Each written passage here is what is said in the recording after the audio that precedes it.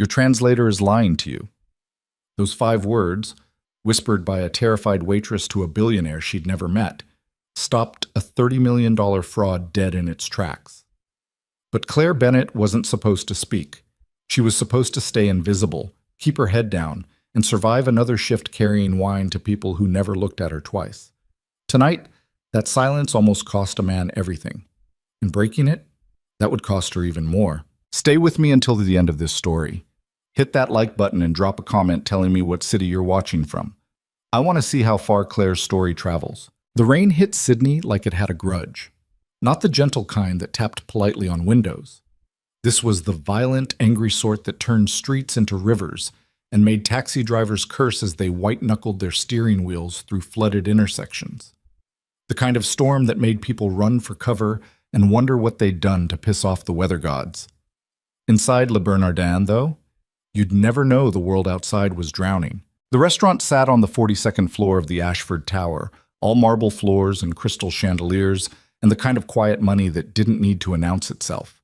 The type of place where a single bottle of wine cost more than most people's rent, where conversations happened in hushed tones over seared scallops and black truffle risotto, where deals worth more than small countries got made between the appetizer and the main course.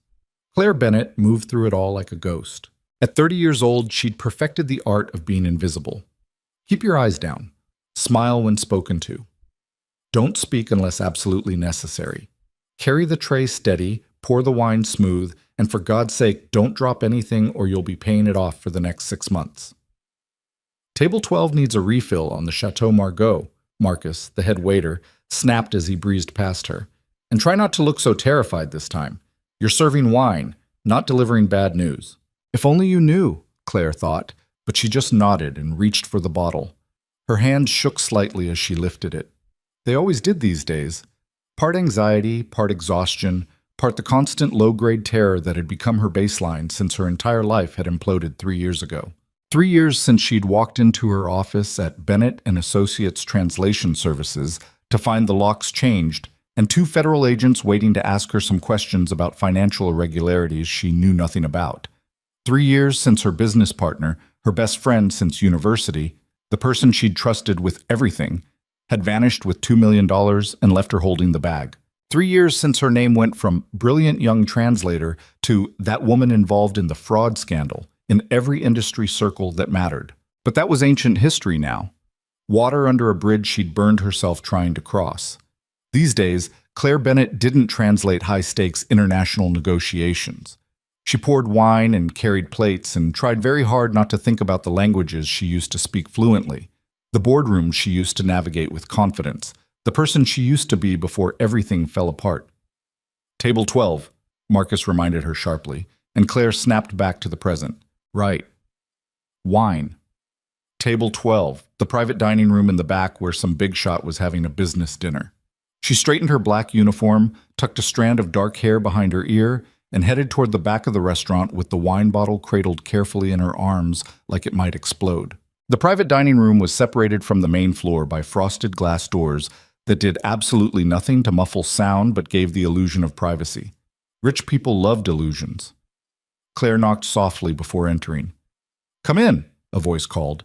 American accent, smooth and controlled. She pushed through the door and immediately wished she hadn't. The room was smaller than she'd expected, dominated by a single round table where 3 men sat. 2 wore expensive suits that probably cost more than Claire made in 6 months. The third wore a slightly rumpled blazer and had the harried look of someone trying very hard to appear more important than he felt. The American in the navy suit looked up as she entered, Ethan Calloway. She recognized him from the reservation list, though she'd never seen him in person before. CEO of Calloway Industries, some kind of tech and infrastructure empire, recently widowed according to the gossip magazines that sometimes got left in the break room. He was younger than she'd expected, early 30s maybe. Sharp jaw, dark hair slightly mussed like he'd been running his hands through it, eyes that looked tired around the edges. The kind of handsome that came from good genes and better skincare, but there was something worn about him, something that suggested the facade cost him more than it should. "Ah, perfect timing," the rumpled blazer said. The translator, she realized. American accent trying very hard to sound sophisticated and failing. We were just about to toast to a successful partnership. The third man was older, maybe late 50s, with steel gray hair and the kind of rigid posture that screamed military background. German, Claire's brain supplied automatically, picking up on the subtle tells in how he held himself, how his suit sat on his shoulders. She moved quietly around the table, refilling glasses with the practiced efficiency of someone who'd learned to be invisible. Don't make eye contact. Don't insert yourself into their conversation. Just pour the wine and leave. So we're agreed then, the translator was saying in English, his tone jovial. Your company handles the European distribution network. Mr. Calloway handles the Asia-Pacific expansion, and everyone makes a fortune. Mr. Mueller, would you like me to translate the final terms one more time before you sign? The German businessman nodded, and the translator launched into what was presumably a German translation of what he'd just said. Except it wasn't.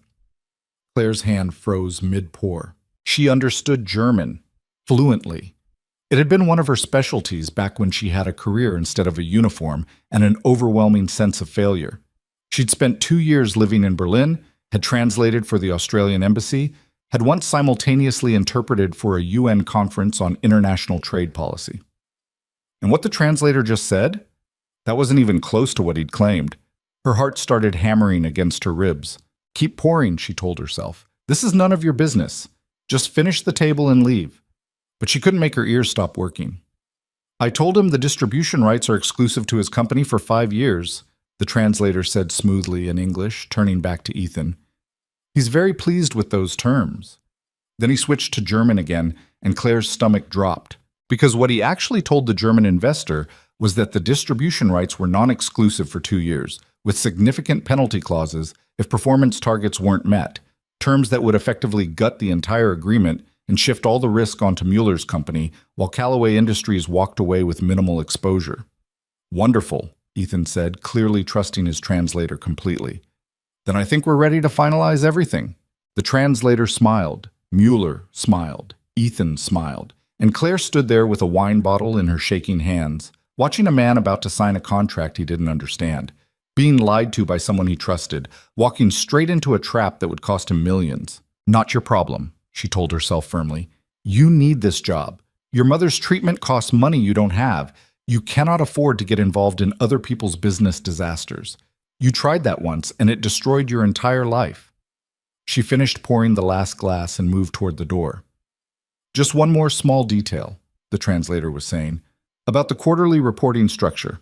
More German, more lies. This time he was telling Mueller that the reporting requirements were minimal, quarterly summaries only. But what he told Ethan in English was that Mueller had agreed to weekly detailed reports with full financial disclosure. The numbers didn't even match up. Neither man would get what they thought they were agreeing to. The whole contract was a house of cards built on deliberate mistranslation. Claire's hand touched the door handle. Keep walking. If you could just initial here, Mr. Mueller, the translator said, sliding papers across the table. And Mr. Calloway, your signature here? She heard the scratch of pen on paper. And suddenly, she was 14 years old again, standing in her father's study in Jakarta, watching him prepare for a diplomatic negotiation. Her father, the real diplomat, the one who'd taught her that languages weren't just about words, they were about trust, about building bridges between people who didn't understand each other. Claire Bear, he'd said, catching her eavesdropping from the doorway. You know what the most dangerous thing in the world is? She'd shaken her head. A translator who lies. Because when they change the words, they change everything. They can start wars, destroy treaties, ruin lives, and the people who trusted them never even know what hit them. He died 6 months later. Heart attack in a hotel room in Singapore, alone except for the briefcase full of documents he'd been translating until 3 in the morning. Her mother always said he'd worked himself to death. Claire thought maybe he'd just cared too much about getting the words right. The door handle was cool under her palm. She could walk out, go back to the kitchen, finish her shift, collect her paycheck, pay for her mother's medication, keep her head down and survive another day in the ruins of her former life. Or, Claire turned around. 3 men looked up at her, surprised that the invisible waitress was still in the room. Her heart was trying to crawl out of her throat.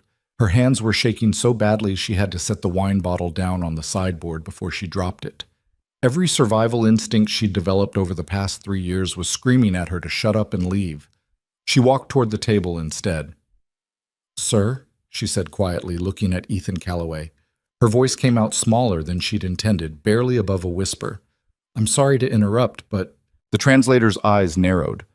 "We're in the middle of something important here. Could you—" "Your translator is lying to you," Claire said. The room went absolutely silent. Ethan's pen stopped moving mid-signature. Mueller looked confused. The translator's face drained of color and then flushed an angry red. "Excuse me?" the translator sputtered. "This is completely inappropriate. You need to leave, right?" "What did you say?" Ethan's voice cut through the room like a blade. He wasn't looking at the translator anymore. He was looking directly at Claire, and his eyes were suddenly very, very sharp. Claire's whole body was trembling now. This was insane. She was going to lose her job. Marcus would fire her on the spot. She'd never get another position in any decent restaurant in Sydney. She'd have to explain to her mother why she couldn't afford next month's treatment. But she'd already jumped off the cliff. Might as well fall with purpose. "He's been mistranslating," she said, louder this time. "The entire conversation. What he's telling you in English isn't what he's telling Mr. Mueller in German. The terms don't match. Neither of you is agreeing to what you think you're agreeing to." "That's absurd," the translator said, but his voice had gone thin and reedy. "I've been in this business for 15 years. This waitress doesn't know what she's talking about. She probably heard a few words and got confused." "Quiet," Ethan said, still looking at Claire. "You speak German," he stated. Not a question. Claire nodded. "Fluently. Also French, Spanish, Italian, Mandarin, Japanese, and Portuguese." The words came out automatically. The same introduction she used to give in every client meeting back when she had clients. Back when she was someone. Ethan's eyebrows went up slightly. Then he turned to Mueller and said something in what Claire recognized as extremely broken textbook German, something about verifying the contract terms. Mueller responded rapidly, also looking confused now. "I didn't catch all of that," Ethan admitted, turning back to Claire. "What did he say?" The translator opened his mouth, but Ethan held up a hand. "I wasn't asking you." Claire swallowed hard. "He said he's concerned about the 2-year exclusivity limit and wants to know if you're really comfortable with the weekly reporting requirements, because that seems excessive for a partnership of this scale." Ethan's jaw tightened. "The contract I was about to sign has a 5-year exclusivity period and quarterly reports only." "I know," Claire said quietly. "That's what your translator told you, but it's not what he told Mr. Mueller." For a long moment, nobody moved.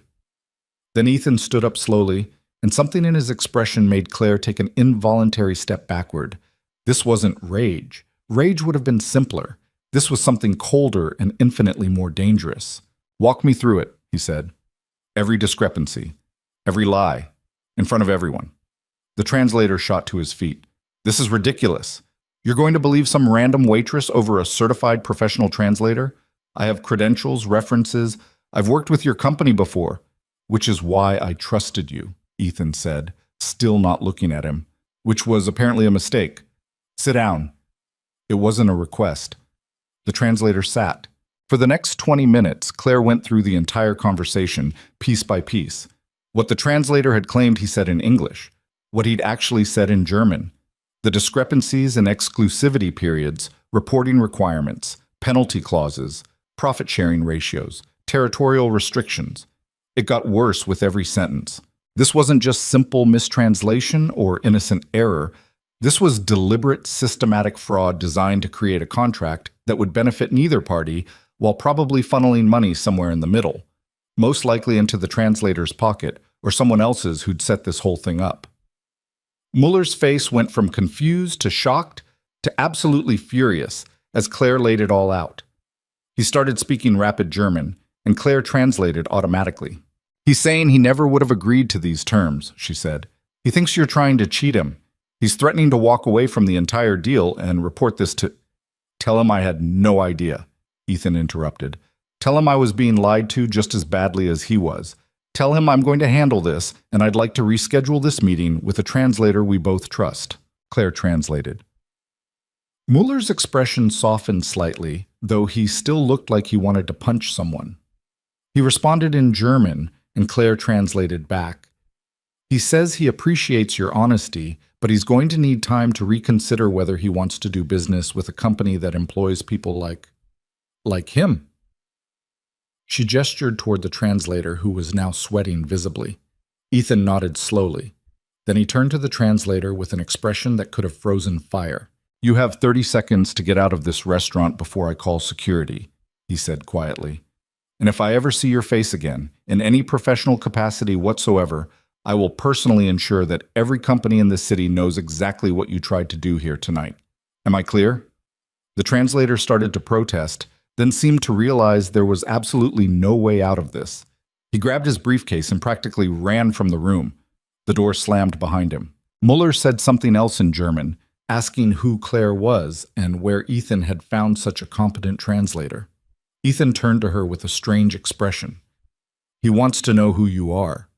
Claire's brief moment of courage evaporated like water on hot pavement. The adrenaline that had carried her through the confrontation was draining away, leaving behind the familiar anxiety and fear. "Nobody," she said automatically. "I'm nobody. I'm just a waitress. I should go. I'm sorry for interrupting your dinner."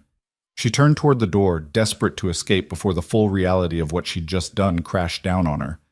"Wait," Ethan said. She froze. "What's your name?" "Claire," she whispered. "Claire Bennett." "Claire Bennett," he repeated, like he was filing it away somewhere. "Thank you. You just saved me from making a $30 million mistake." She didn't know what to say to that, so she just nodded and reached for the door handle again. "If you need anything," Ethan continued, "a reference, help finding a better position, anything at all." "I'm fine," Claire lied. "Thank you. I'm fine." She pulled the door open and practically fled into the hallway. Marcus was waiting for her just outside, arms crossed, expression thunderous.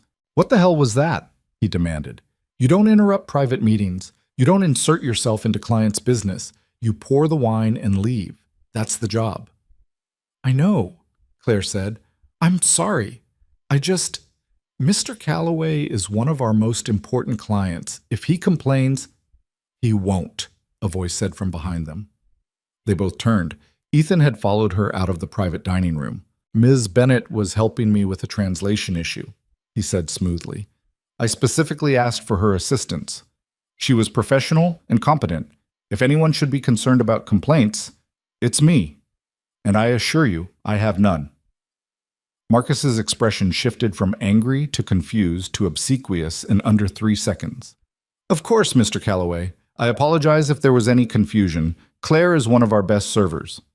Liar, Claire thought, but she kept her mouth shut. "Good," Ethan said. "Then I'm sure you won't mind if I request her specifically for the remainder of my dinner. Mr. Mueller and I have some things to discuss, and having someone who actually speaks German might be helpful." It wasn't a request. Marcus nodded so hard Claire was surprised his head didn't fall off. "Of course. Claire, you're assigned to the private dining room for the rest of the evening." Then he scurried away, probably to go panic about whether he'd almost fired someone a billionaire had personally requested. Ethan waited until he was gone before turning back to Claire. "You looked like you were about to bolt," he said. "I figured giving you a reason to stick around might help." "Why?" The question came out before Claire could stop it. "Because I have questions," Ethan said simply. "And because you just did something most people wouldn't have the guts to do. I'd like to understand why." Claire wanted to tell him it was nothing, that she'd just been doing the right thing, that he shouldn't read too much into it, but she was so tired of lying. "My father used to say that a translator who lies is the most dangerous thing in the world," she heard herself say, "because they can start wars and destroy lives and nobody even knows what hit them. I couldn't just walk away and let that happen." Something shifted in Ethan's expression. "Your father was a translator?" "Diplomat, Australian embassy. He died when I was 15. Why was she telling him this? She never talked about her father, not even to people she actually knew. "I'm sorry," Ethan said, and he sounded like he meant it. Claire shrugged uncomfortably. "It was a long time ago." "Doesn't make it easier."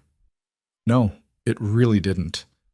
"I should get back to the dining room," she said, because standing in this hallway having a conversation with a billionaire about her dead father was somehow more terrifying than confronting the translator had been. Right, Ethan said. Of course. After you.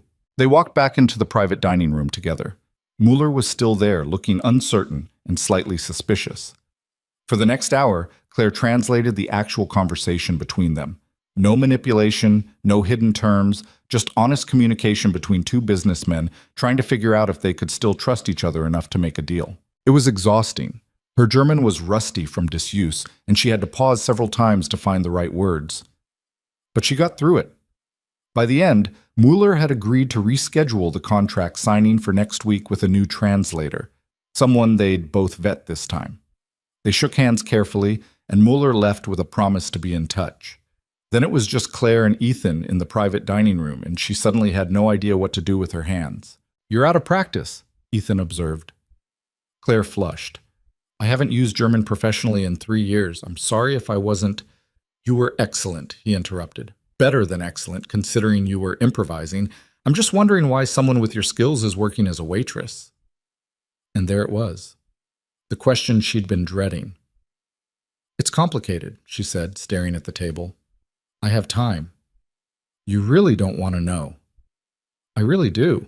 Claire looked up at him, this stranger who'd somehow managed to pull more honesty out of her in 2 hours than most people managed in years, and made a decision that probably qualified as temporary insanity. "Fine," she said, "but you're going to wish you hadn't asked." She told him everything. The translation business she'd built from nothing after her father died. The best friend who'd been her partner for 5 years. The morning she'd discovered $2 million missing and her name attached to fraudulent contracts she'd never seen. The federal investigation. The frozen accounts. The legal fees that had consumed her savings. The colleagues who'd stopped returning her calls. The industry that had blacklisted her based on accusations she couldn't fight because her partner had vanished without a trace. The slow, grinding collapse of everything she'd built.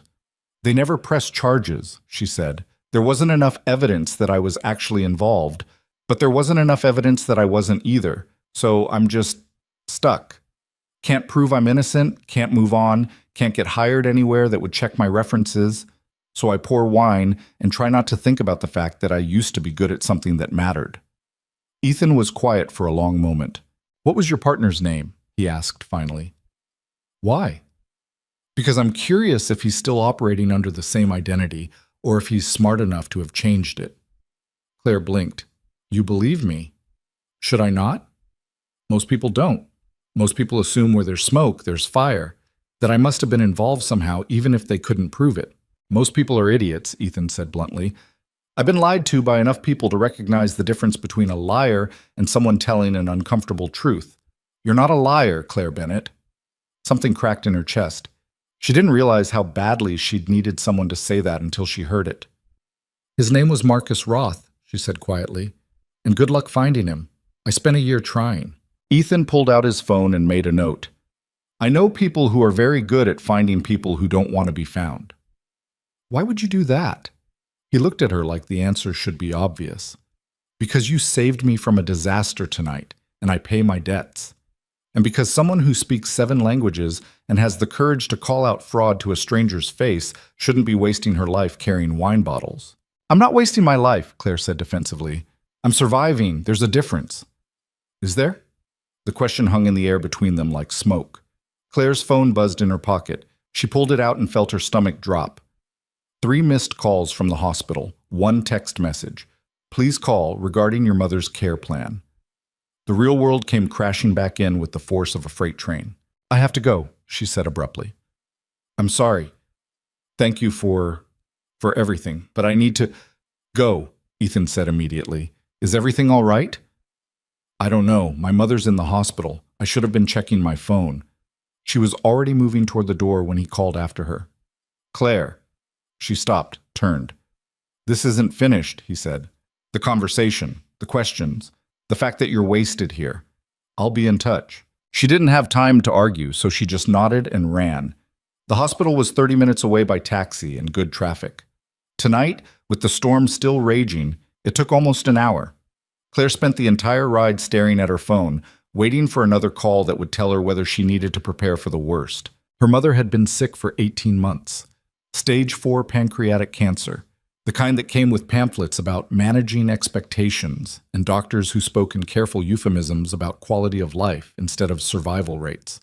The experimental treatment they'd started 3 months ago was the last option, and it cost more money than Claire could even conceptualize, even with insurance that barely covered a fraction. Hence the waitressing, hence the crushing poverty, hence the complete inability to fix her ruined reputation because every spare dollar went to keeping her mother alive for one more month.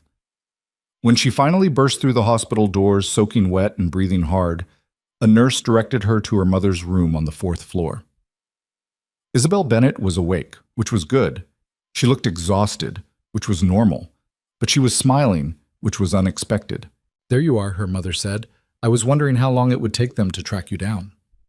"What's wrong? What happened? Is the treatment not working? Did something—" "Nothing's wrong, sweetheart. Sit down before you hyperventilate." Claire sat. "Then why did they call me?" "Because I told them to. I wanted to discuss something with you, and you've been avoiding having this conversation for 2 months." "Oh no." "Mom, the treatment isn't working," Isabel said bluntly. "We both know it. I'm not getting better. I'm getting weaker. And you're spending money you don't have to buy me a few extra months that aren't particularly pleasant for anyone involved." "Stop," Claire said. "We're not having this conversation." "Yes, we are. Because I'm the one dying, which means I get to make the decisions about how I spend whatever time I have left. And I've decided I want you to stop the treatment." The words hit like a physical blow. "No," Claire said. "Absolutely not. There's still a chance." "There's no chance, baby. We both know that. The doctors know it too, even if they're too polite to say it outright." Isabel reached out and took her daughter's hand. "I'm tired, Claire, and I'm ready. But I can't go knowing that you're destroying yourself trying to save someone who can't be saved." Tears were streaming down Claire's face now, hot and angry. "I can't just give up on you." "You're not giving up on me. You're letting me go with some dignity instead of dragging this out until neither of us can remember who we used to be." "I don't know how to do that." "Yes, you do." Isabel's grip tightened on her hand. "You're my daughter. You're John Bennett's daughter. You're strong enough to survive anything, even this." "I don't feel strong," Claire whispered. "Nobody does, darling. That's the secret. We're all just pretending until the pretending becomes real." They sat in silence for a while, holding hands while the storm battered the windows and the hospital machinery beeped steadily in the background. "Your father would have been proud of you," Isabel said eventually. "For what you built. For how you survived when it all fell apart. For starting over even when it was terrifying." "I didn't start over. I gave up. Is that what you call it? Because from where I'm sitting, you've been working yourself to exhaustion trying to keep us both afloat. That's not giving up, sweetheart. That's fighting with everything you have. It doesn't feel like enough. It never does. But you're going to be all right, Claire. Better than all right. Something tells me things are about to change for you."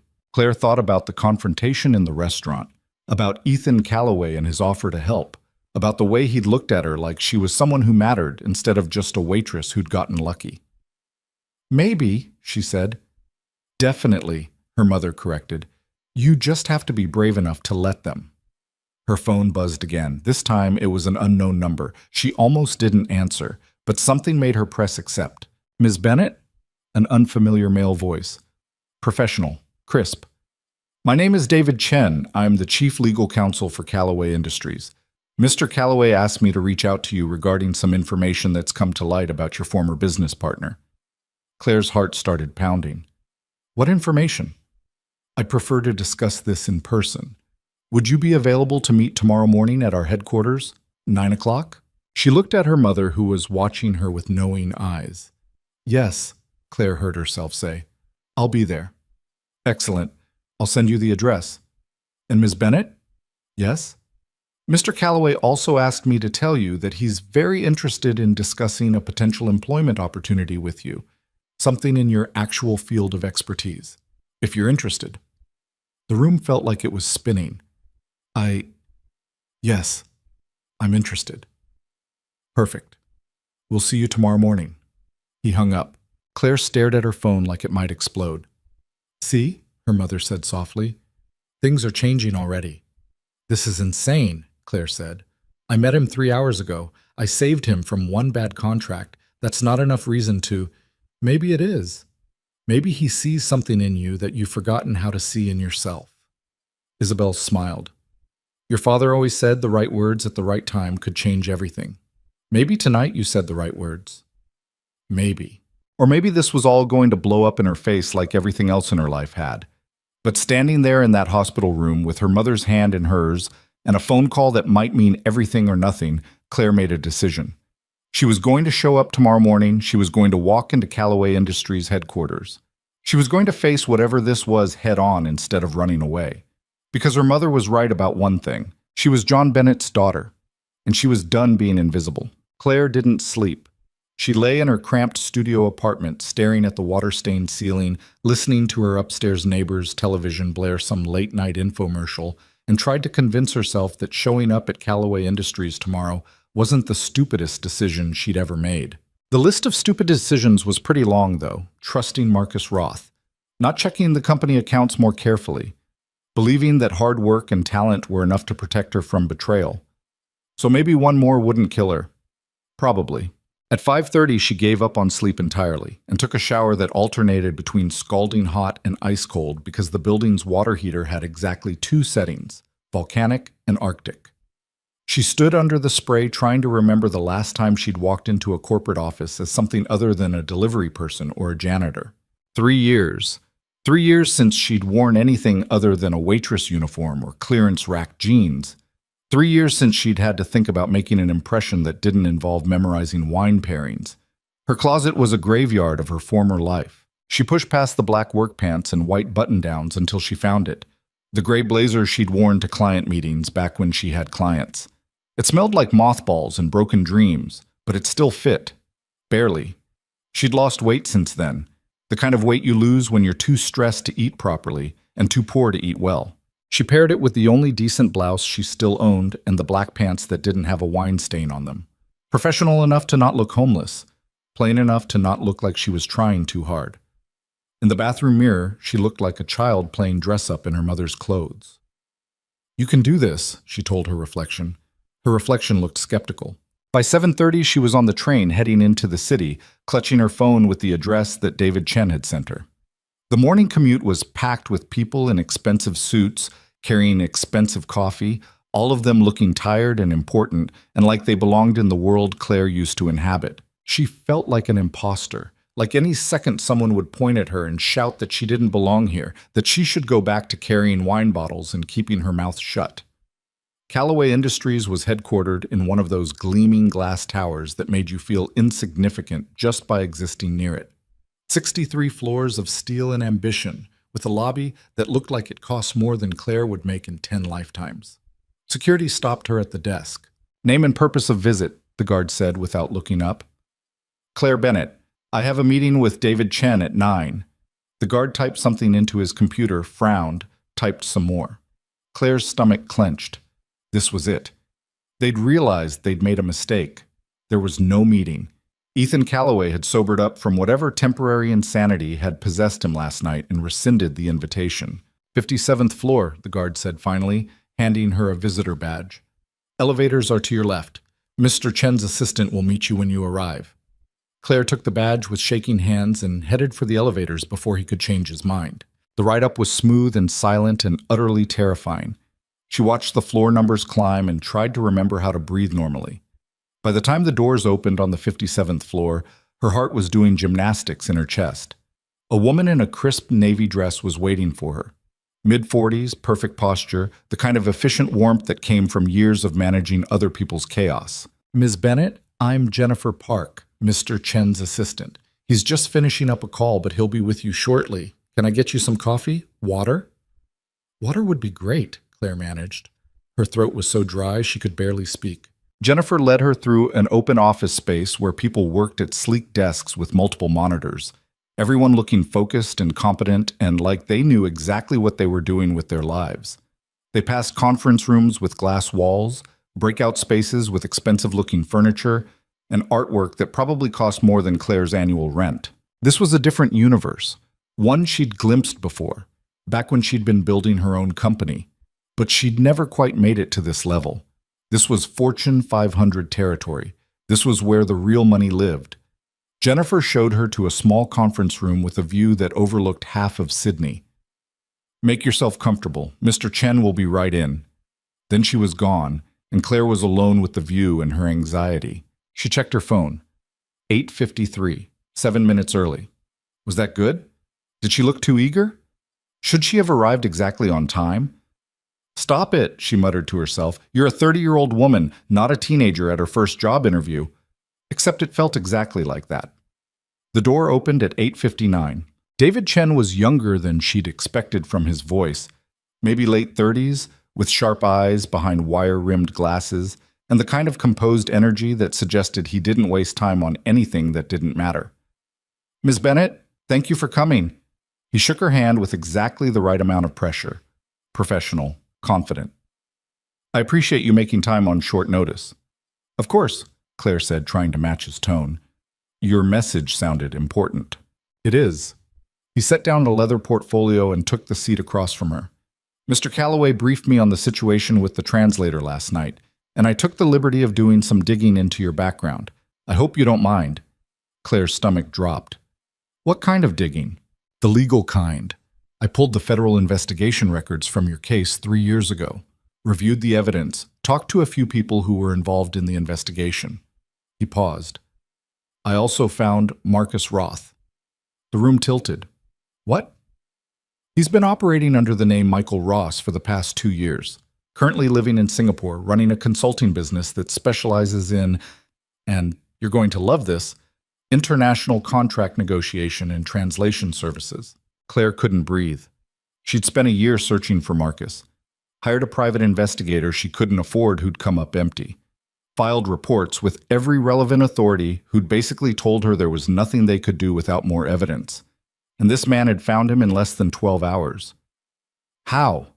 The word came out as barely a whisper. "I'm very good at my job," David said simply, "and I have access to resources most people don't." He slid a folder across the table. "This is everything we found. Bank records showing transfers from the account he cleaned out, property records under his new name, business registration, even some photos from his company's website." Claire opened the folder with trembling hands. There he was, older, different haircut, but unmistakably Marcus Roth smiling at the camera in a professional headshot, looking successful and respectable, and like he hadn't destroyed someone's entire life for $2 million. "I'm going to be sick," she said. "Understandable." David pushed a water glass toward her. "Take your time." She drank half the glass in one go, trying to process what she was seeing. "Why? Why did you do this?" "Because Mr. Calloway asked me to. And because when I reviewed your case, it became very clear that you got spectacularly screwed by a justice system that couldn't be bothered to actually investigate properly." "So what happens now?" Claire asked. Can we do anything with this?" "That depends on what you want. We can report him to the authorities in Singapore. We can file a civil suit. We can do nothing at all and just sit on this information. It's your call." It should have been an easy decision. Marcus had ruined her. He deserved to be exposed, prosecuted, punished for what he'd done. But Claire had learned the hard way that justice was expensive and uncertain and exhausting. "What do you think I should do?" she asked. David leaned back in his chair, studying her. "Honestly, I think you should let us handle it. I have colleagues in Singapore who can ensure the right people see this information. It won't happen overnight, but it will happen. In the meantime, I think you should focus on moving forward instead of looking backward." "Moving forward how?" "By accepting the job Mr. Calloway wants to offer you." There it was, the other shoe dropping. "I don't understand," Claire said carefully. "He doesn't know me.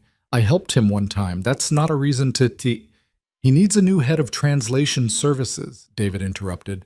"The translator from last night? Turns out he wasn't the only problem. We've been having issues with our international contracts for months. Misunderstandings, delays, terms that don't quite match up between parties. Nothing as blatant as last night, but enough to cause problems." "And you think I can fix that?" "Mr. Calloway thinks you can. After reviewing your background, your actual background, not the fraudulent scandal, I'm inclined to agree. You built a successful translation business from scratch. You speak 7 languages fluently. You have a reputation for integrity that even your enemies couldn't completely destroy. That's exactly what we need." Claire's head was spinning. I haven't worked as a professional translator in 3 years. I'm rusty. I told you that last night. Rust wears off with practice. Talent doesn't disappear just because you stopped using it for a while. This is insane, Claire said. You can't just hire someone based on one interaction. We're not. We're hiring you based on 15 years of proven excellence, 7 fluent languages, and the fact that you risked your job to call out fraud when you saw it. The rest is just details. The door opened before Claire could respond. Ethan Calloway walked in carrying 2 coffee cups and looking significantly less polished than he had last night. His suit was perfect, but there were shadows under his eyes and his tie was slightly crooked like he'd done it in a hurry. "Sorry I'm late," he said, setting one of the coffee cups in front of Claire. "My son decided this morning was the perfect time to have a meltdown about wearing shoes to school. Apparently shoes are tyranny." The image was so unexpected, this billionaire CEO arguing with a small child about footwear, that Claire almost laughed. "How old is he?" she asked. 5, going on 15. Ethan took the seat next to David. "Did Chen walk you through everything?" "He found Marcus Roth," Claire said. "Michael Ross," David corrected. "Right, that." Ethan took a sip of his coffee. "We can discuss what to do about him later. First, I want to talk about the job offer." "Mr. Chen mentioned it. And what do you think?" Claire looked between them. David with his composed professionalism. Ethan with his rumpled tie and tired eyes. 2 men who should have been complete strangers offering her a lifeline she didn't know how to accept. "I think you're both crazy," she said honestly. "I think you're making a decision based on incomplete information and one night where I happened to be in the right place at the right time. I think this is a terrible idea." "But," Ethan prompted, "but I don't have a lot of other options right now, so if you're serious about this, I'm willing to try. With some conditions." Ethan raised an eyebrow. "Go ahead." "I want a probationary period, 3 months. If it's not working out, either side can walk away. No hard feelings. I want to meet your team before I accept, the people I'd be working with. And I want it in writing that if this goes sideways, you won't hold it against me when I'm looking for my next job." "Done," Ethan said immediately. "You didn't even think about it." "I don't need to. Those are all reasonable requests. Chen, can you draft something up?" David was already making notes. "I'll have a contract ready by this afternoon." This was happening too fast. Claire felt like she was on a train that had already left the station, and she'd forgotten to check where it was going. "Can I ask you something?" she said, looking at Ethan. "Why are you doing this? And don't tell me it's just because I helped you last night. People don't hire strangers for executive positions because of one good deed." Ethan was quiet for a moment, turning his coffee cup in his hands. "My wife died 2 years ago," he said finally. "Car accident. She was coming home from a work event. Some drunk driver ran a red light, and just like that, she was gone. Left me alone with a 3-year-old who didn't understand why his mother wasn't coming home." Claire's throat tightened. She hadn't expected that level of honesty. "I'm sorry," she said. "Everyone is," Ethan said. "That's what they all say. I'm sorry for your loss. She was such a wonderful person. If there's anything I can do..." But nobody actually does anything. They just say the words and move on. He looked up at her then, and his eyes were harder than they'd been a moment ago. "You know what the worst part is? People started treating me differently. Like I was broken, fragile. Like I couldn't be trusted to make good decisions because I was grieving. My own board tried to push me out, said I needed to step down temporarily to focus on my family. Translation: they thought I was too emotionally compromised to run the company." "That's horrible," Claire said. "It was. But it taught me something important. When everything in your life falls apart, you learn very quickly who actually sees you as a person and who just sees a problem to manage." He leaned forward, his gaze intense. "Last night, you could have walked away. You should have walked away. You had every reason to keep your head down and protect yourself. But you didn't. You saw something wrong and you spoke up, even though it could have cost you everything. That tells me more about who you are than any resume ever could." Claire didn't know what to say to that. "I'm hiring you because I need people around me who I can trust," Ethan continued. "People who will tell me the truth even when it's uncomfortable. People who understand what it's like to have everything fall apart and have to rebuild from nothing. You've been there. You get it. That's worth more than experience." "I could still screw this up," Claire said quietly. "You could. So could I. But I'd rather fail working with someone who gives a damn than succeed with people who are just going through the motions. He stood up. Think about it. Take the day. Talk to the team. See if this is something you actually want. But I hope you say yes, Claire. I really do. Then he was gone, leaving Claire alone with David Chen and a job offer that felt like either a miracle or a disaster waiting to happen. He means it, you know, David said after a moment. The part about needing people he can trust. The last 2 years have been rough on him. The board situation, raising his son alone, trying to run a company while dealing with grief that doesn't care about quarterly earnings reports. Why are you telling me this? Claire asked. Because if you take this job, you should know what you're walking into. Ethan's a good boss, fair, generous, brilliant at what he does. But he's also stubborn, occasionally reckless, and tends to make decisions based on gut instinct that give his lawyers heart attacks. David smiled slightly. Present company included. Sounds exhausting. It is. It's also never boring. He closed his portfolio and stood. I'll give you some time to think. Jennifer can set up meetings with the team for this afternoon if you'd like. Or you can take the day and let us know tomorrow. Whatever works for you.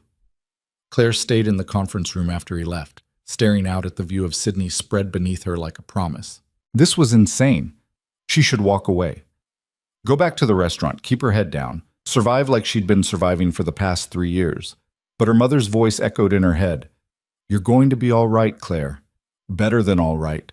Something tells me things are about to change for you. Her phone buzzed. A text from the hospital. Your mother asked me to tell you she's proud of you, whatever you decide. Nurse Patterson. Claire blinked back tears and made her decision. She met the team that afternoon. There were 12 people in the translation services department, and they all looked varying degrees of skeptical when Jennifer introduced her as their potential new director. Claire didn't blame them. She'd be skeptical too if some stranger showed up claiming to speak 7 languages and got hired based on one dramatic confrontation. The current acting head was a woman named Patricia Mendoza, who'd been with the company for 8 years and clearly resented being passed over for the permanent position. So you speak 7 languages, Patricia said, her tone making it clear she didn't believe it. That's impressive. Most people exaggerate their skills on their resume. I'm not exaggerating, Claire said evenly. Would you like me to demonstrate? Sure, let's start with Mandarin. Tell me about your experience with technical translation in Chinese. They spent the next 20 minutes with Patricia firing questions in various languages, testing Claire's vocabulary, her grammar, her understanding of cultural nuances. It was clearly meant to be intimidating. It was also the most alive Claire had felt in 3 years. She answered in fluent Mandarin, then switched to Japanese when Patricia changed tactics, then to Portuguese when Patricia tried to catch her off guard. She discussed the differences between European and Brazilian Portuguese, explained the challenges of translating legal documents from German, talked about the importance of understanding context in Spanish, because the same word could mean completely different things in Mexico versus Argentina. By the end, Patricia's skepticism had shifted to grudging respect. Okay, she admitted, you know your stuff. But knowing languages isn't the same as managing a team or handling the corporate politics that come with this job. You're right, Claire said. I'm going to mess up. Probably a lot at first. Which is why I'm going to need people who actually know what they're doing to help me figure it out. People like you. Patricia blinked. What? You've been here 8 years. You know how this company works. You know the clients, the processes, the problems that I'm going to walk into blind. I can speak the languages, but I can't do this job without people who understand the context. So if I take this position, I'm going to need you, if you're willing. It was a gamble. Patricia could have told her to go to hell, could have decided that working under someone with less experience was an insult. Instead, she nodded slowly. I can work with that. The rest of the team seemed to relax after that. They spent the next hour walking Claire through current projects, explaining the workflow, pointing out the problems they'd been dealing with, translation requests that sat in limbo for weeks, clients who got frustrated with delays, contracts that came back with errors no one caught until it was too late. It was a mess. But it was a mess Claire understood. By the time she left the building at 5:30, her brain was overflowing with information and her feet hurt from walking around in heels she wasn't used to wearing anymore. But she felt something she hadn't felt in a long time. Hope. She called her mother from the train. "How did it go?" Isabel asked. She sounded tired but alert. "I think I'm going to take the job." "Of course you are. I would have disowned you if you didn't." Claire laughed despite herself. "It's crazy, Mom. I don't know what I'm doing. I'm going to screw up." "Probably, but you'll figure it out. You always do." "I'm scared." "Good. Being scared means you care about getting it right. It's the people who aren't scared who make the really stupid mistakes." They talked for a few more minutes before Isabel needed to rest. Before hanging up, her mother said, "Your father would tell you that words are bridges. You're just learning how to build them again."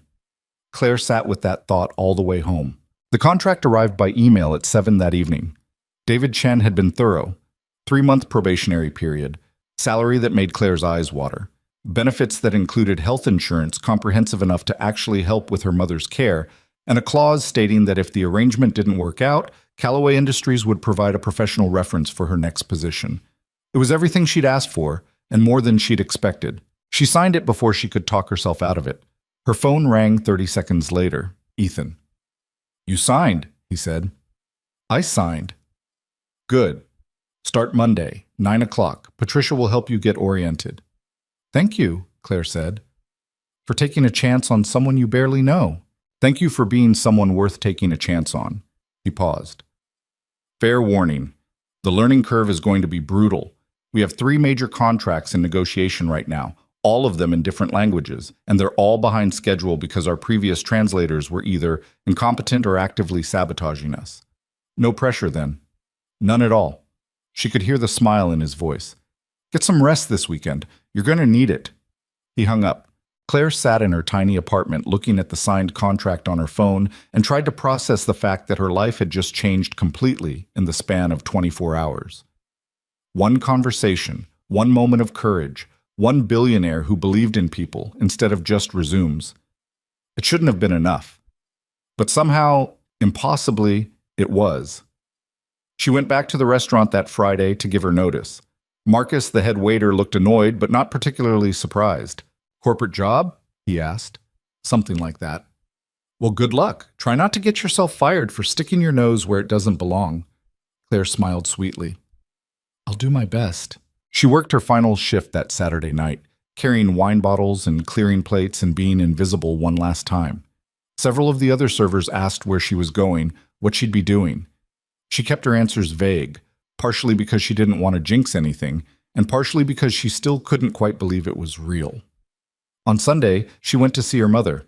Isabel was having a good day, alert and comfortable, with enough energy to sit up and have an actual conversation instead of drifting in and out of medicated sleep. "Tomorrow's the big day," she said. "Are you ready?" "Absolutely not," Claire admitted.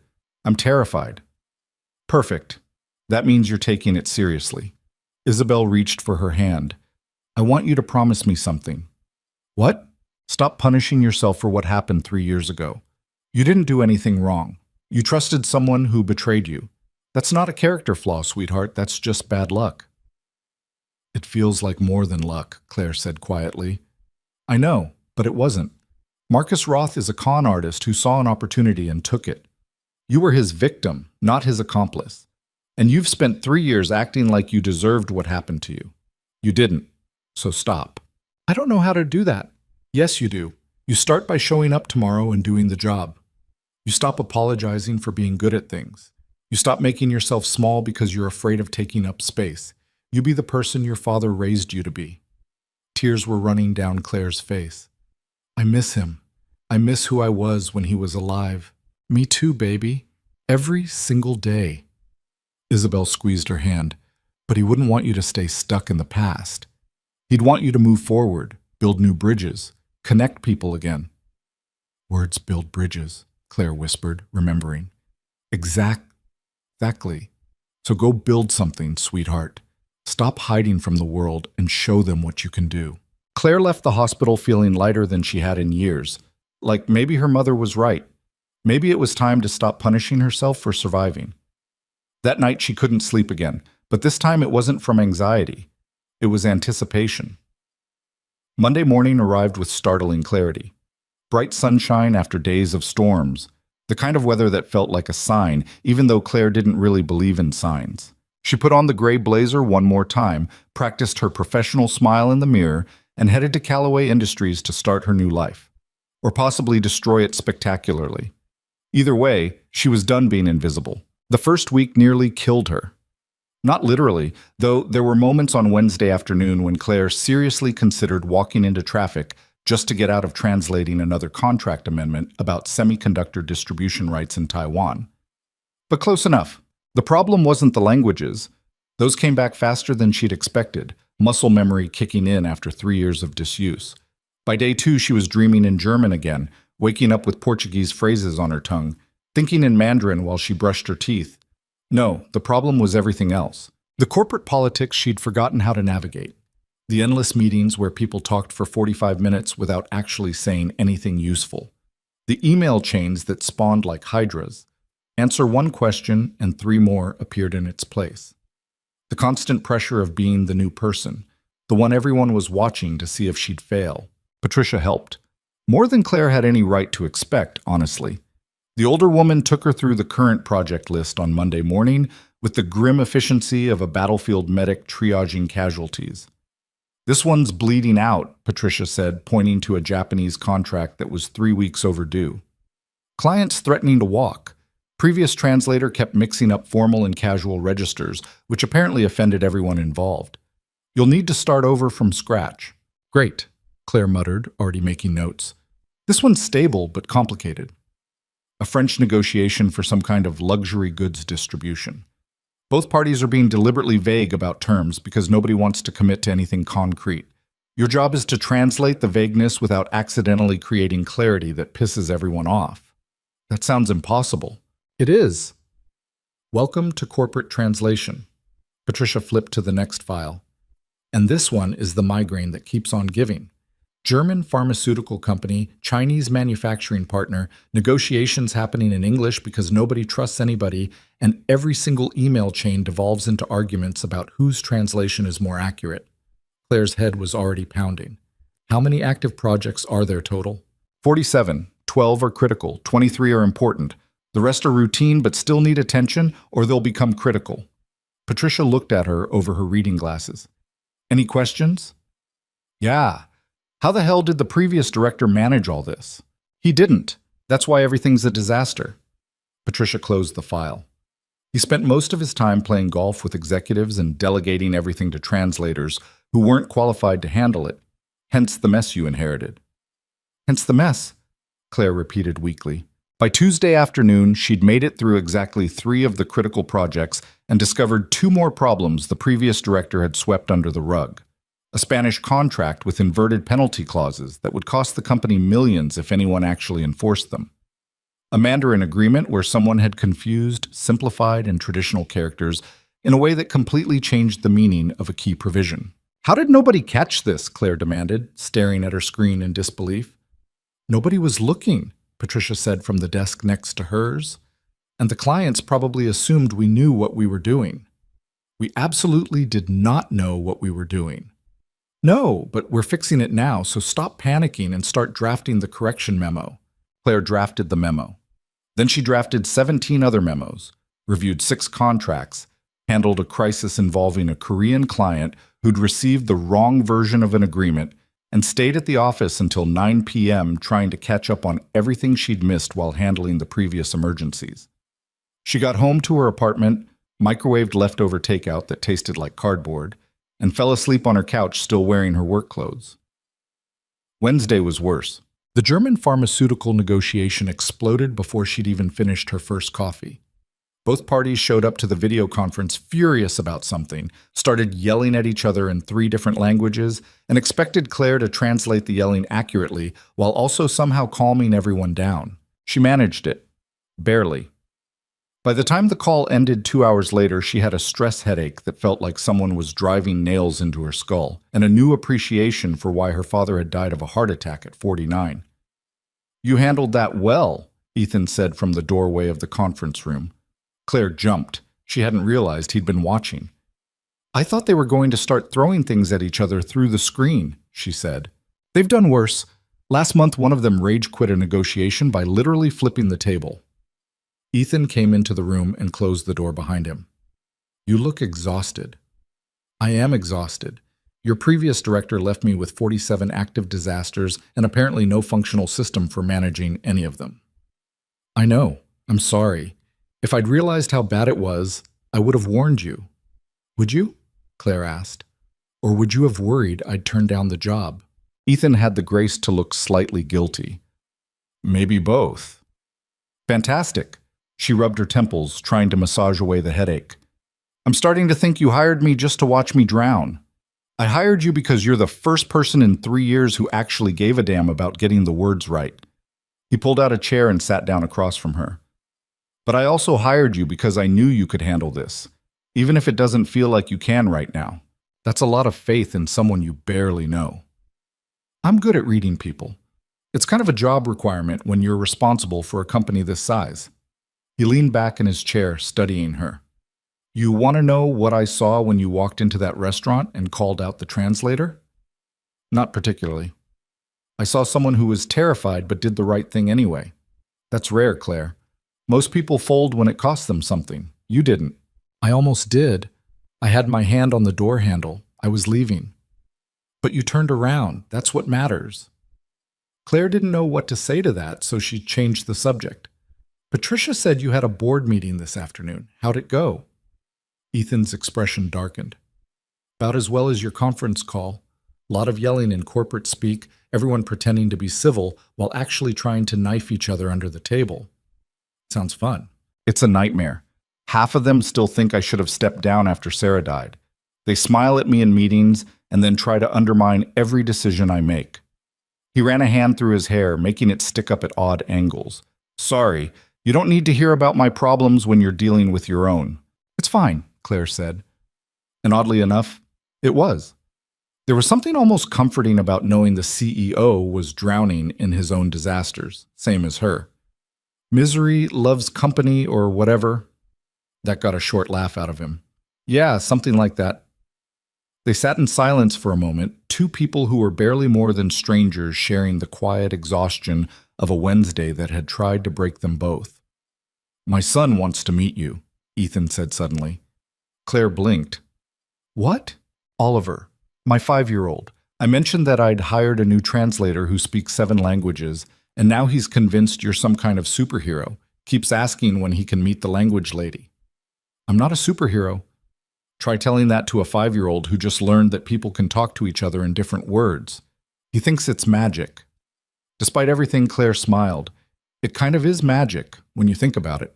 So would you? Meet him, I mean. No pressure if you're not comfortable with it. I know it's weird to meet your boss's kid, but he's been through a lot, and he gets excited about things so rarely these days that I try to encourage it when I can.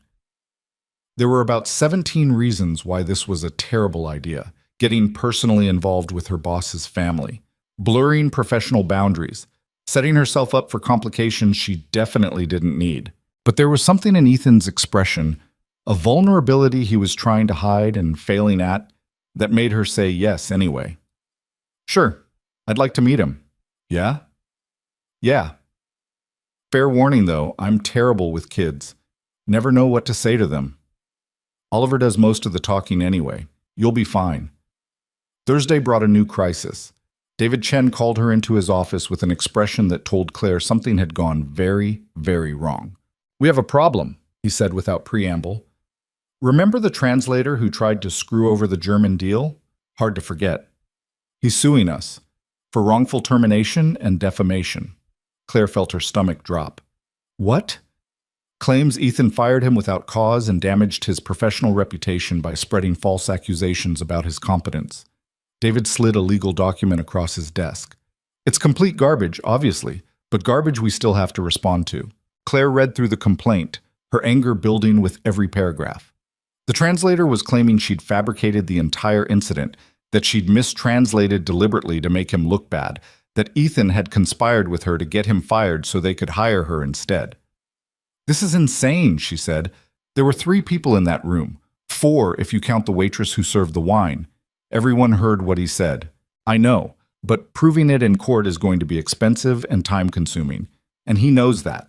This isn't about winning. It's about causing enough trouble that we settle just to make him go away. So what do? We fight. I'm not letting some con artist extort this company because he got caught being incompetent. David's expression was hard. But I need you to write down everything you remember from that night. Every word he mistranslated, every lie he told, exact quotes if you can manage it. My memory's not perfect. It doesn't have to be. Just write what you remember clearly. I'll handle the rest. Claire spent the rest of Thursday reconstructing the disaster at the restaurant, digging through her memory for every detail she could recall. By the time she finished, she had 8 pages of documented lies and a renewed appreciation for why her father had always insisted that translators were either bridges or weapons, depending on who wielded them. Friday afternoon, Ethan found her in the break room, attempting to resurrect herself through sheer caffeine willpower. "You survived your first week," he said. "Barely." Claire looked at him over her coffee cup. "Does it always feel like controlled chaos, or is this week special?" "This week is actually pretty calm. Wait until we hit earnings season." "Oh, fantastic. Something to look forward to."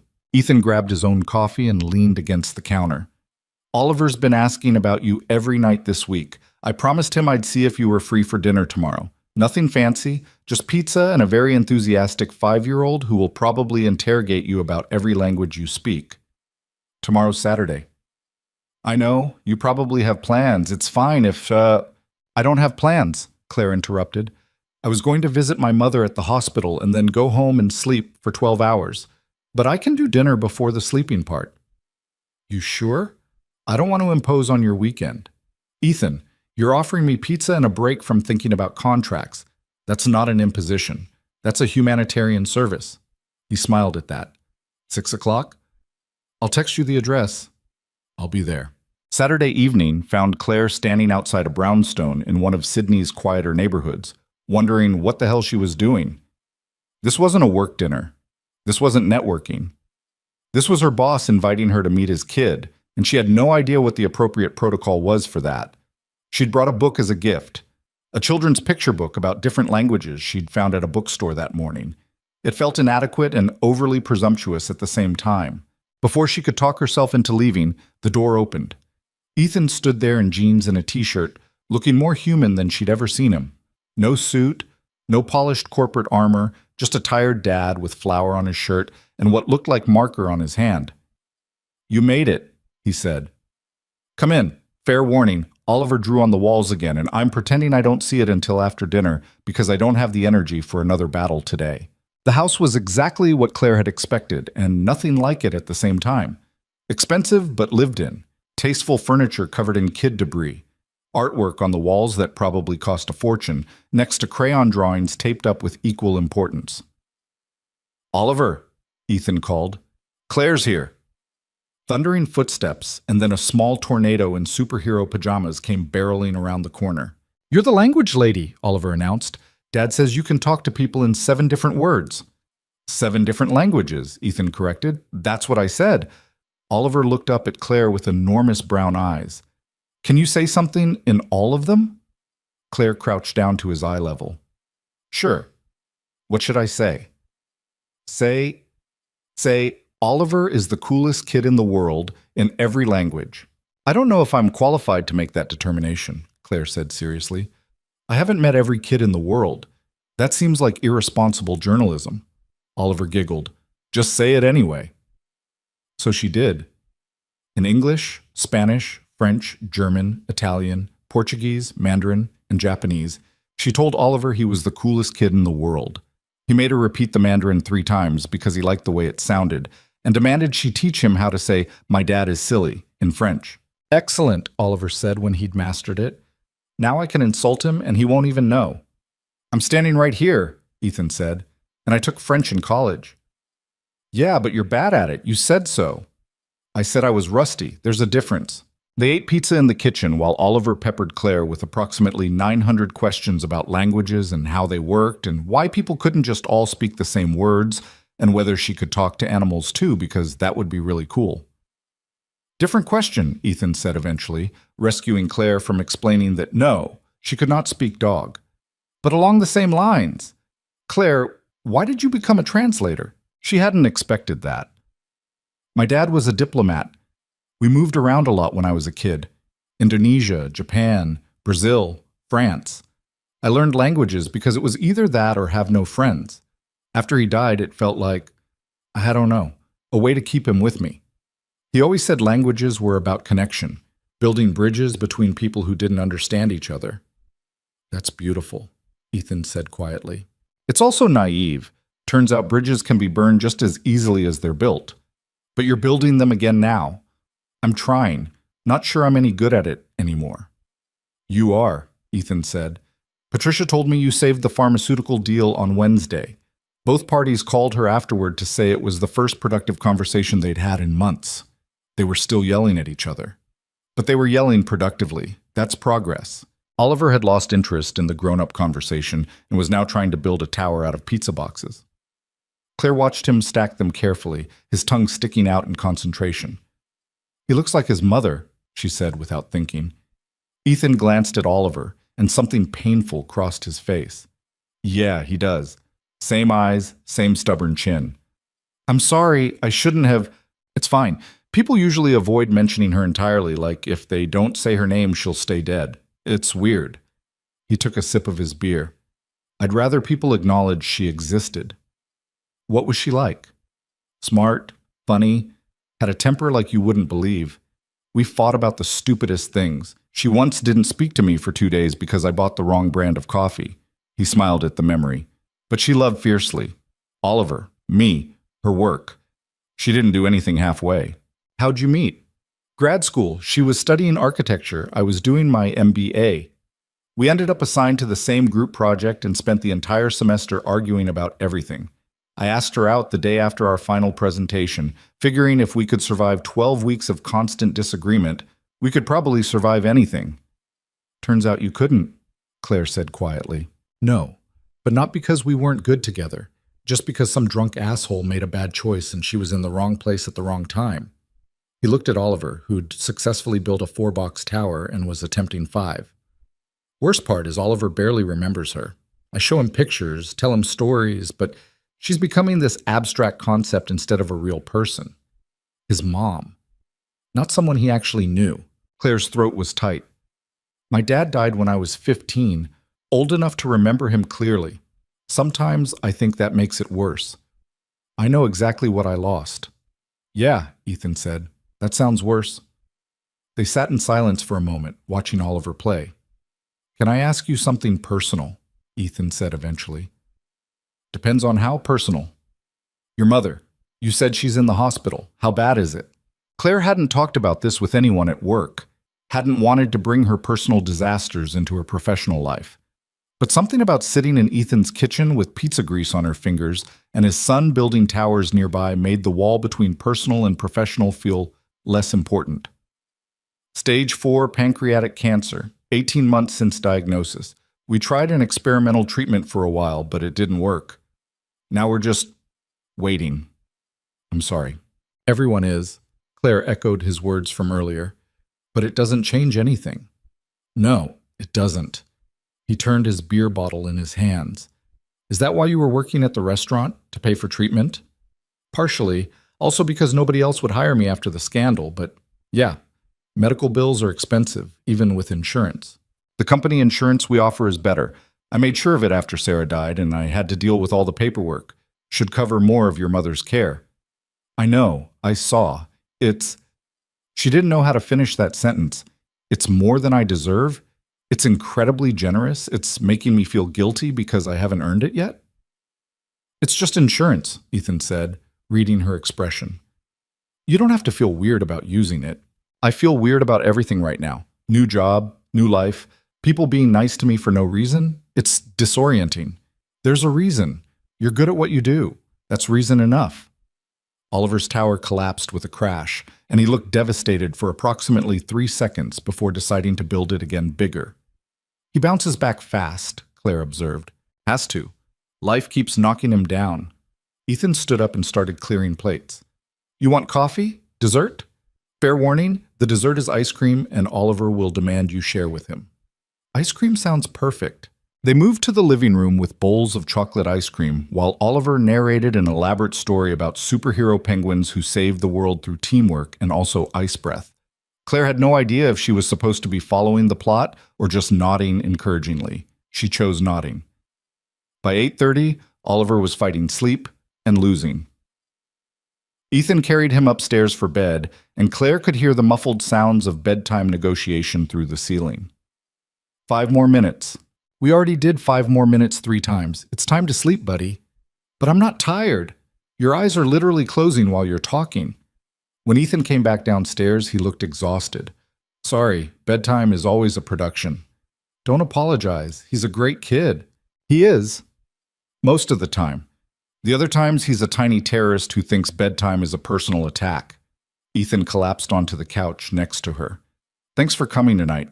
I know it's weird, your boss inviting you to family dinner, but Oliver needed something to be excited about. And honestly, so did I. It wasn't weird, Claire said. Or maybe it was, but in a good way. I haven't had dinner with people I can't remember how long, just me and takeout and silence most nights. That sounds lonely. It is, but it's been safer than trying to connect with people who might bail when things get complicated. She looked at him. You're going to ask why I'm telling you all this. I was thinking it. I don't know. Maybe because you told me about your wife. Maybe because I'm too tired to maintain professional boundaries. Maybe because you're the first person in 3 years who looked at me and saw someone capable instead of someone broken. You're not broken, Claire. Everyone keeps saying that. I'm starting to wonder if it's true. It is. He shifted to face her. You know what broken people do? They give up. They stop trying. They let the world convince them they're worthless and they accept it. You didn't do that. You survived. That's not broken. That's strength. Strength that got me exactly nowhere for 3 years. Strength that got you through 3 years until you were ready to move forward. There's a difference. Claire wanted to argue, but she was too exhausted and he was too close, and something about the way he was looking at her made her forget what she was going to say. I should go, she said instead. It's late and you're probably tired of me oversharing about my dysfunctional life. I'm not. Ethan stood when she did, walked her to the door. Same time next week, if you're free.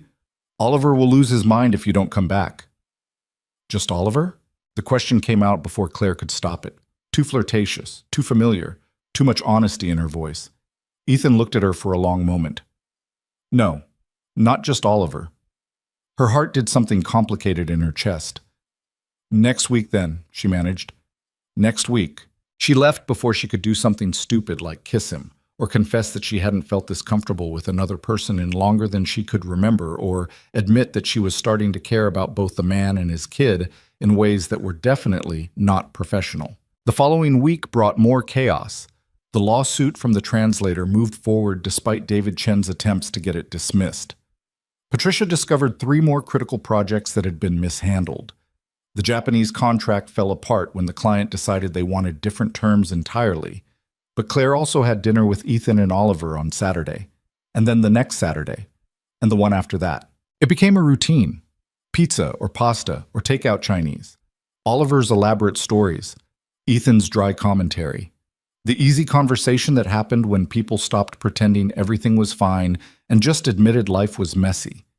By the end of her 2nd month, Claire had her apartment under control, most of the critical projects stabilized, and something that felt dangerously close to happiness. Which of course was when everything exploded. David Chen called her on a Tuesday afternoon, his voice tight. We have a problem. Remember Marcus Roth? Or Michael Ross?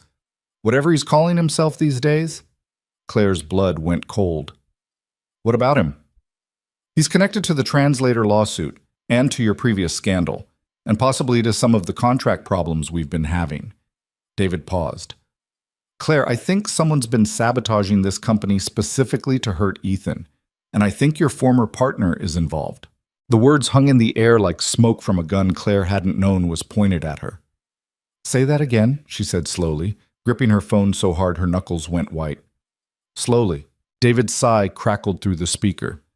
I've been going through financial records for the past 6 weeks, tracking the translation department's contract problems back to their source.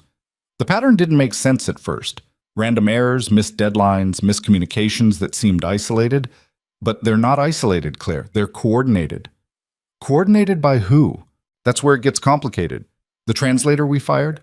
The one suing us? His name is Richard Brennan. Except it's not. Richard Brennan is an alias. His real name is Andrew Kelly, and he worked for your old company 5 years ago. Claire's stomach dropped through the floor. That's impossible. I would have recognized him. Would you? You had 12 employees back then. Did you personally interact with all of them? She tried to remember. The company had been growing fast in those last 2 years before it all fell apart. She'd been handling high-level negotiations, traveling constantly, trusting Marcus to manage the day-to-day operations and hiring. No, she admitted. Marcus handled most of the junior staff. Exactly. And Andrew Kelly was a junior translator who worked there for 7 months before quitting, right before your company collapsed. No warning, no explanation, just disappeared. David paused. Want to guess where he went? Singapore. Singapore, where he worked for a consulting firm owned by Michael Ross for 18 months before coming to Australia under a new identity and getting hired by Callaway Industries 6 months ago. The room was spinning. Claire sat down hard in her desk chair before her legs gave out. So Marcus planted him here, she said. But why? What does destroying Ethan's company have to do with what happened 3 years ago? That's what I'm trying to figure out. But Claire, there's more. 3 of our recent contract problems trace back to companies that have financial ties to Ross's consulting firm. The pharmaceutical deal that kept falling apart, the Chinese manufacturing negotiation that collapsed last month, both connected to shell companies in Singapore that link back to him. He's been sabotaging Callaway Industries from the inside and the outside. Claire felt sick. How long? At least 6 months, possibly longer. And here's the part that's going to make you angry. The Translator lawsuit? It's a smokescreen. He's not trying to win. He's trying to drag out discovery so he can dig into our confidential business information and find more ways to cause damage. Claire stood up and started pacing, her mind racing. Does Ethan know? I'm briefing him in 20 minutes. I wanted to tell you first because this is going to get messy and you deserve a warning. A warning about what? About the fact that Marcus Roth clearly hasn't forgotten about you. And whatever he's doing here, it's personal. David's voice softened slightly. Claire, be careful. People who hold grudges this long don't let go easily. She ended the call and stared at her reflection in the dark computer screen. 3 years. 3 years she'd spent rebuilding her life from rubble, and Marcus was still out there actively trying to destroy her. No, not just her. Ethan too now. And his company, and by extension, everyone who worked here. The anger that rose in her chest was white-hot and clarifying. She grabbed her bag and headed for the elevator. Ethan's office was on the 63rd floor, separated from the rest of the company by a reception area staffed by an assistant who looked like she could kill someone with a letter opener if needed. I need to see Ethan, Claire said. Mr. Callaway is in a meeting with legal counsel, the assistant said smoothly. I can schedule you for... It's about the meeting with legal counsel. I'm Claire Bennett. David Chen is expecting me. The assistant's expression shifted slightly. One moment. She spoke quietly into her headset, then nodded toward the heavy wooden door. Go ahead. Claire walked in without knocking. Ethan was standing by the window, David seated at the conference table with his laptop open and documents spread everywhere. They both looked up when she entered. I know about Marcus, Claire said without preamble. David called me. And I know you're about to have a conversation about what to do about it, but I need to say something first. Ethan exchanged a glance with David. Okay, this is my fault, all of it. Marcus is doing this because of me, because I'm here. He knew I'd been blacklisted, knew I was desperate, probably figured I'd never find decent work again. And then I showed up at Callaway Industries and that broke whatever plan he had going. That's a lot of assumptions, David said. Is it? He plants a saboteur in your company 6 months ago. Everything's going fine until I get hired. Then suddenly the Translator lawsuit happens, the contract problems escalate, and according to you, there are connections to companies Marcus owns. Claire looked at Ethan. He's targeting you because you hired me, which means I should... Don't, Ethan interrupted. Don't finish that sentence. If you're about to suggest quitting, the answer is no. You don't understand. This isn't going to stop. Marcus doesn't give up. He destroyed my entire life because I caught him stealing from the company. What do you think he's going to do to you for giving me a second chance? I don't care. You should care.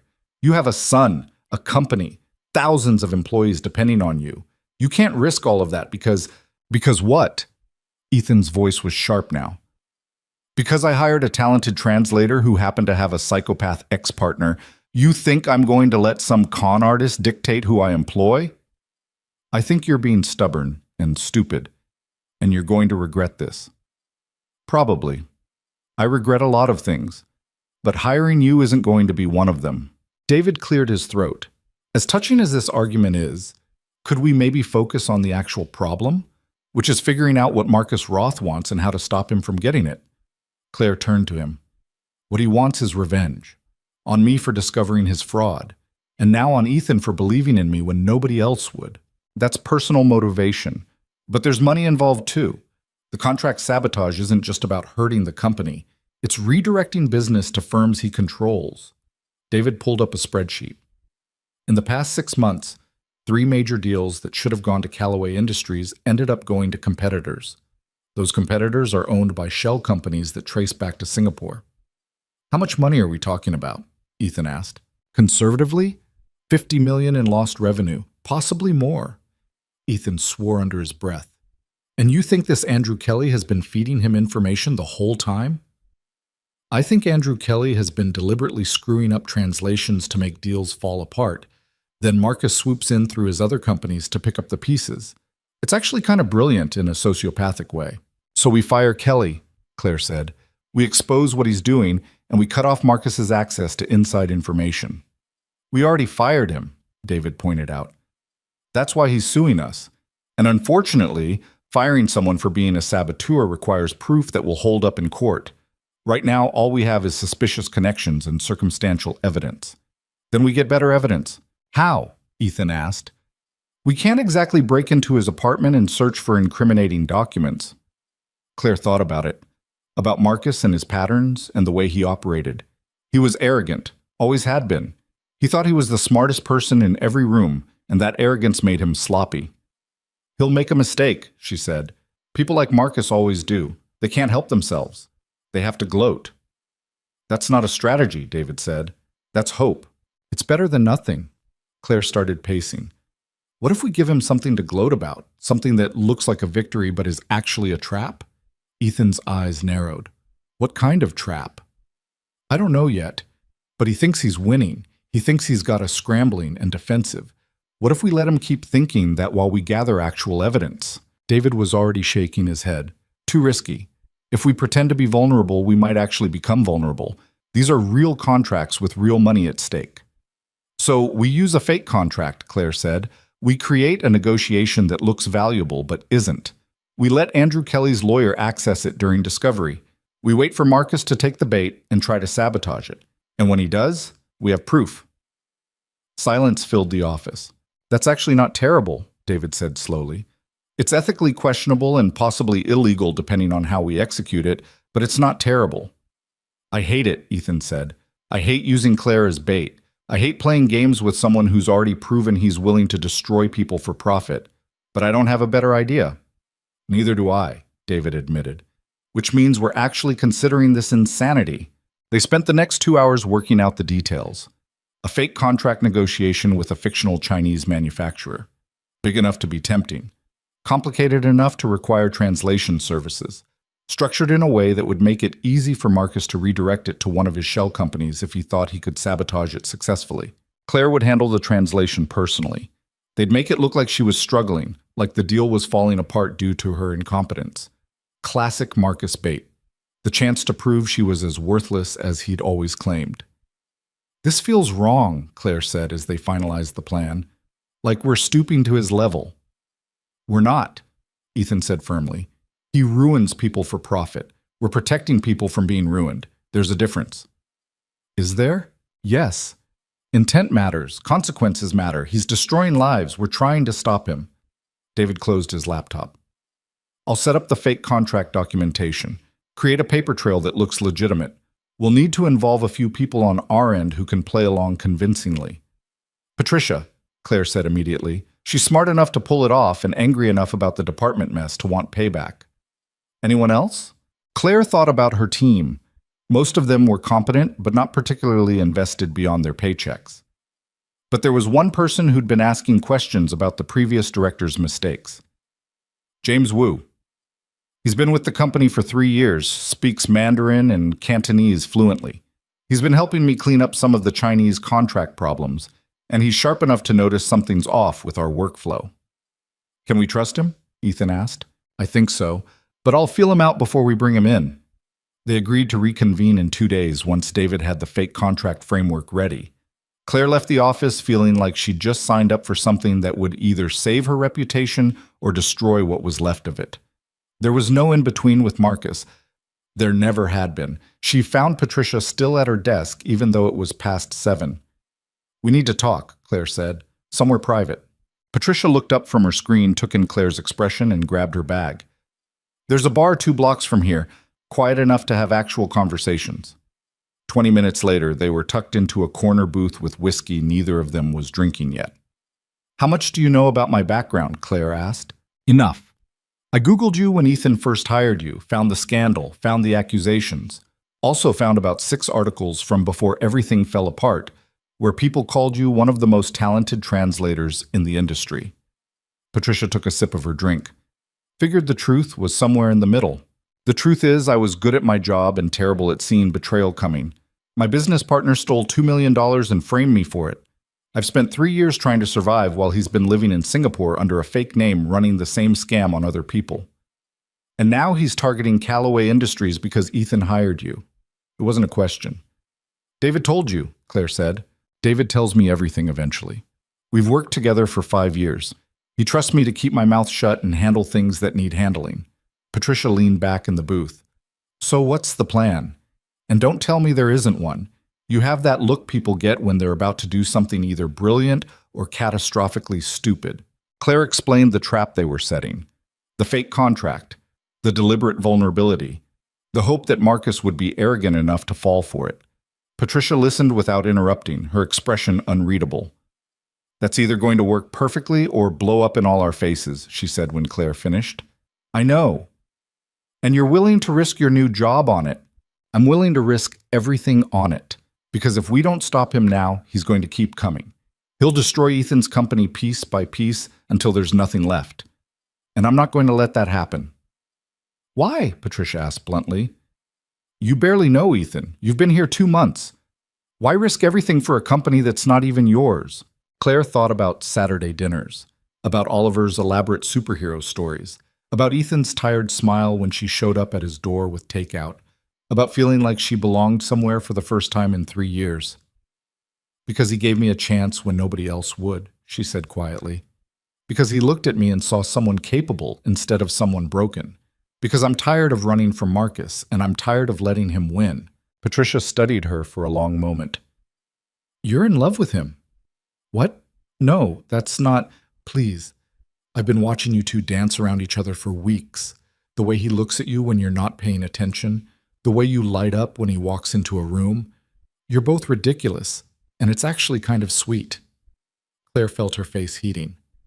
It's not like that. We're friends. He's my boss. It would be completely inappropriate to what? Have feelings for someone who clearly has feelings for you? Patricia's expression softened. Claire, life's too short to pretend you don't care about people just because the timing's inconvenient. Trust me on that one. There's a story there. There's always a story, but we're not talking about my disasters tonight. Patricia drained her glass. I'm in. For the fake contract plan. For helping you take down your psycho ex-partner. For whatever comes next. But you need to promise me something. What? When this is over, you're going to stop pretending you're just here for the paycheck. You're going to admit that you care about this company and the people in it. Especially the one on the 63rd floor with a 5-year-old and a terrible habit of making decisions based on gut instinct. Claire wanted to argue, to maintain the professional distance she'd been trying so hard to preserve. But Patricia was right. Somewhere between Saturday dinners and crisis translations and watching Ethan be both a CEO and a single father, she'd stopped pretending this was just a job. Okay, she said. I promise. They spent another hour planning logistics, how to make the fake contract look authentic, which team members to involve, how to ensure Andrew Kelly's lawyers would access the right documents during discovery. By the time Claire got home, it was past 10 and she was exhausted. But she also felt something she hadn't felt in 3 years. Powerful. Like maybe she could actually fight back instead of just surviving. Her phone buzzed. A text from Ethan. "Are you sure about this?" "It's not too late to back out." She typed back. "I'm sure. He's been winning for too long. Time to change that." 3 dots appeared, disappeared, appeared again. "Thank you. For caring enough to fight. Thank you for giving me something worth fighting for." She sent it before she could overthink it, then immediately regretted being that honest. But Ethan just sent back a simple, "Saturday, same time. Oliver wants to teach you the superhero penguin dance he learned at school." Claire smiled despite everything. "I'll be there." The next 2 weeks were carefully orchestrated chaos. David created an entire fictional Chinese manufacturing company, complete with website, business registration, and a convincing backstory. Patricia worked with their Hong Kong office to generate fake correspondence that would make the deal look legitimate. Claire brought James Wu into the plan after 3 careful conversations where she tested his loyalty and discretion. He was suspicious at first, then angry when he understood the scope of Marcus's sabotage, then grimly determined to help. "I've been cleaning up messes for 6 months," he said. Finally nice to know it wasn't just incompetence. It was malicious. They structured the fake negotiation to look like it was falling apart in slow motion. Translation errors that seemed plausible, miscommunications that felt authentic. Claire deliberately made herself look overwhelmed and struggling. It was easier than it should have been, pretending to be incompetent when she'd spent 3 years being treated like she was. The hardest part was maintaining normal life while orchestrating the trap. Going to work every day knowing Andrew Kelly's lawyers were combing through documents, sitting through meetings pretending everything was fine, having Saturday dinner with Ethan and Oliver while hiding the fact that she was terrified this whole plan would collapse. "You're quiet tonight," Ethan said during their 3rd Saturday since the plan started. Oliver had already passed out on the couch mid-superhero story, exhausted from a school field trip. "Just tired," Claire said. It wasn't entirely a lie. "Liar." He said it gently, without accusation. "You're worried about the plan. Aren't you?" Terrified. "But I'm also trusting that you know what you're doing." He was sitting close enough that she could feel the warmth of him, and it was getting harder to remember why keeping distance was important. What if I don't? What if we're wrong about Marcus taking the bait? What if he's 3 steps ahead of us and we're walking into his trap instead of him walking into ours? Then we'll deal with it, together. Ethan reached over and took her hand. "You're not alone in this, Claire. Whatever happens, you're not facing it alone." His hand was warm and solid and steady, and Claire realized she was gripping it like a lifeline. "I'm scared," she admitted quietly. "Not of Marcus. Of this. Of caring about people again. Of letting myself believe things could actually work out." "Yeah," Ethan said. "That's terrifying. Way scarier than corporate sabotage." She laughed despite herself. "You're supposed to tell me it'll be fine." "I don't know if it'll be fine. I just know it's worth trying." He squeezed her hand. "Sarah used to say that the worst thing about grief isn't the pain. It's the fear of feeling anything good again, because you know it could be taken away. I spent 2 years believing that, being careful, keeping everyone at arm's length, because if I didn't care, I couldn't lose anything." "What changed?" "You did. You walked into that restaurant and risked everything for a stranger. You took a job you were terrified of taking. You showed up here every Saturday, even though being around a grieving widower and his kid couldn't have been easy. You were brave when I was still trying to figure out how to be human again." Claire's eyes were burning. "I'm not brave. I'm just tired of being afraid." "That's what brave is. It's being afraid and doing it anyway." They sat there in silence, holding hands on his couch, while Oliver snored softly in the background. It felt domestic and terrifying, and exactly right. "When this is over," Ethan said quietly, "when we've dealt with Marcus and the lawsuit and all the corporate disaster stuff, can we talk about this? About us? There is no us. I work for you. It would be completely inappropriate." "Claire," she stopped. "I'm not asking for a decision now. I'm not asking you to risk your job or your reputation or anything else. I'm just asking if we can have a conversation, when the timing's less terrible, about the fact that I care about you and I think you might care about me too." "I do," she whispered. "Care about you. Both of you. So much it scares me." "Good. Being scared together is better than being scared alone. Her phone buzzed. David. We got him. Kelly's lawyers accessed the fake contract files this morning, and there was unusual network activity from Singapore 30 minutes later. Marcus took the bait. Claire showed Ethan the message. Now we wait, he said. Now we wait, she agreed. The waiting was agony. 3 days passed, then 5. Claire kept translating the fake contract, kept making deliberate mistakes, kept playing the part of someone overwhelmed and failing. On day 7, David called an emergency meeting. Marcus made his move. He contacted the fictional Chinese company through one of his shell corporations offering better terms, promised them he could get them a deal with a more reliable partner. Did they take it? Claire asked. They don't exist, so no. But he doesn't know that yet. He thinks he's successfully poached our client. David smiled grimly. And he was stupid enough to put it in writing, email communications, contract proposals, all linking back to him personally. Is it enough? Ethan asked. For the lawsuit? For charges? It's enough to prove systematic sabotage and corporate espionage. Combined with what we found in Singapore about his previous fraud, it's enough to bury him. Claire felt something loosen in her chest. 3 years. 3 years of Marcus winning, and finally, they had him. What happens now? She asked. Now I hand this over to the authorities, both here and in Singapore. They're going to want to talk to you, Claire, about the original fraud, about everything that happened. She'd known this was coming, known that exposing Marcus meant exposing herself to scrutiny again. But this time she had evidence. This time she had people who believed her. Okay, she said, I'm ready. Ready turned out to be a relative term. The Australian Federal Police arrived at Callaway Industries 3 days later with questions that lasted 6 hours. They went through everything. The original fraud from 3 years ago, the missing $2 million, Marcus's disappearance and reinvention, the connections to Andrew Kelly, the systematic sabotage of Ethan's company. Claire answered every question with a clarity she hadn't possessed 3 years ago. Back then, she'd been defensive and terrified and scrambling to prove her innocence. Now she just told the truth and let the evidence speak for itself. The lead investigator was a woman named Sarah Chen, who had the kind of sharp eyes that missed nothing. You understand this is going to get messy, she said during a break. Marcus Roth has resources, lawyers. He's going to fight extradition from Singapore. He's going to claim you fabricated evidence.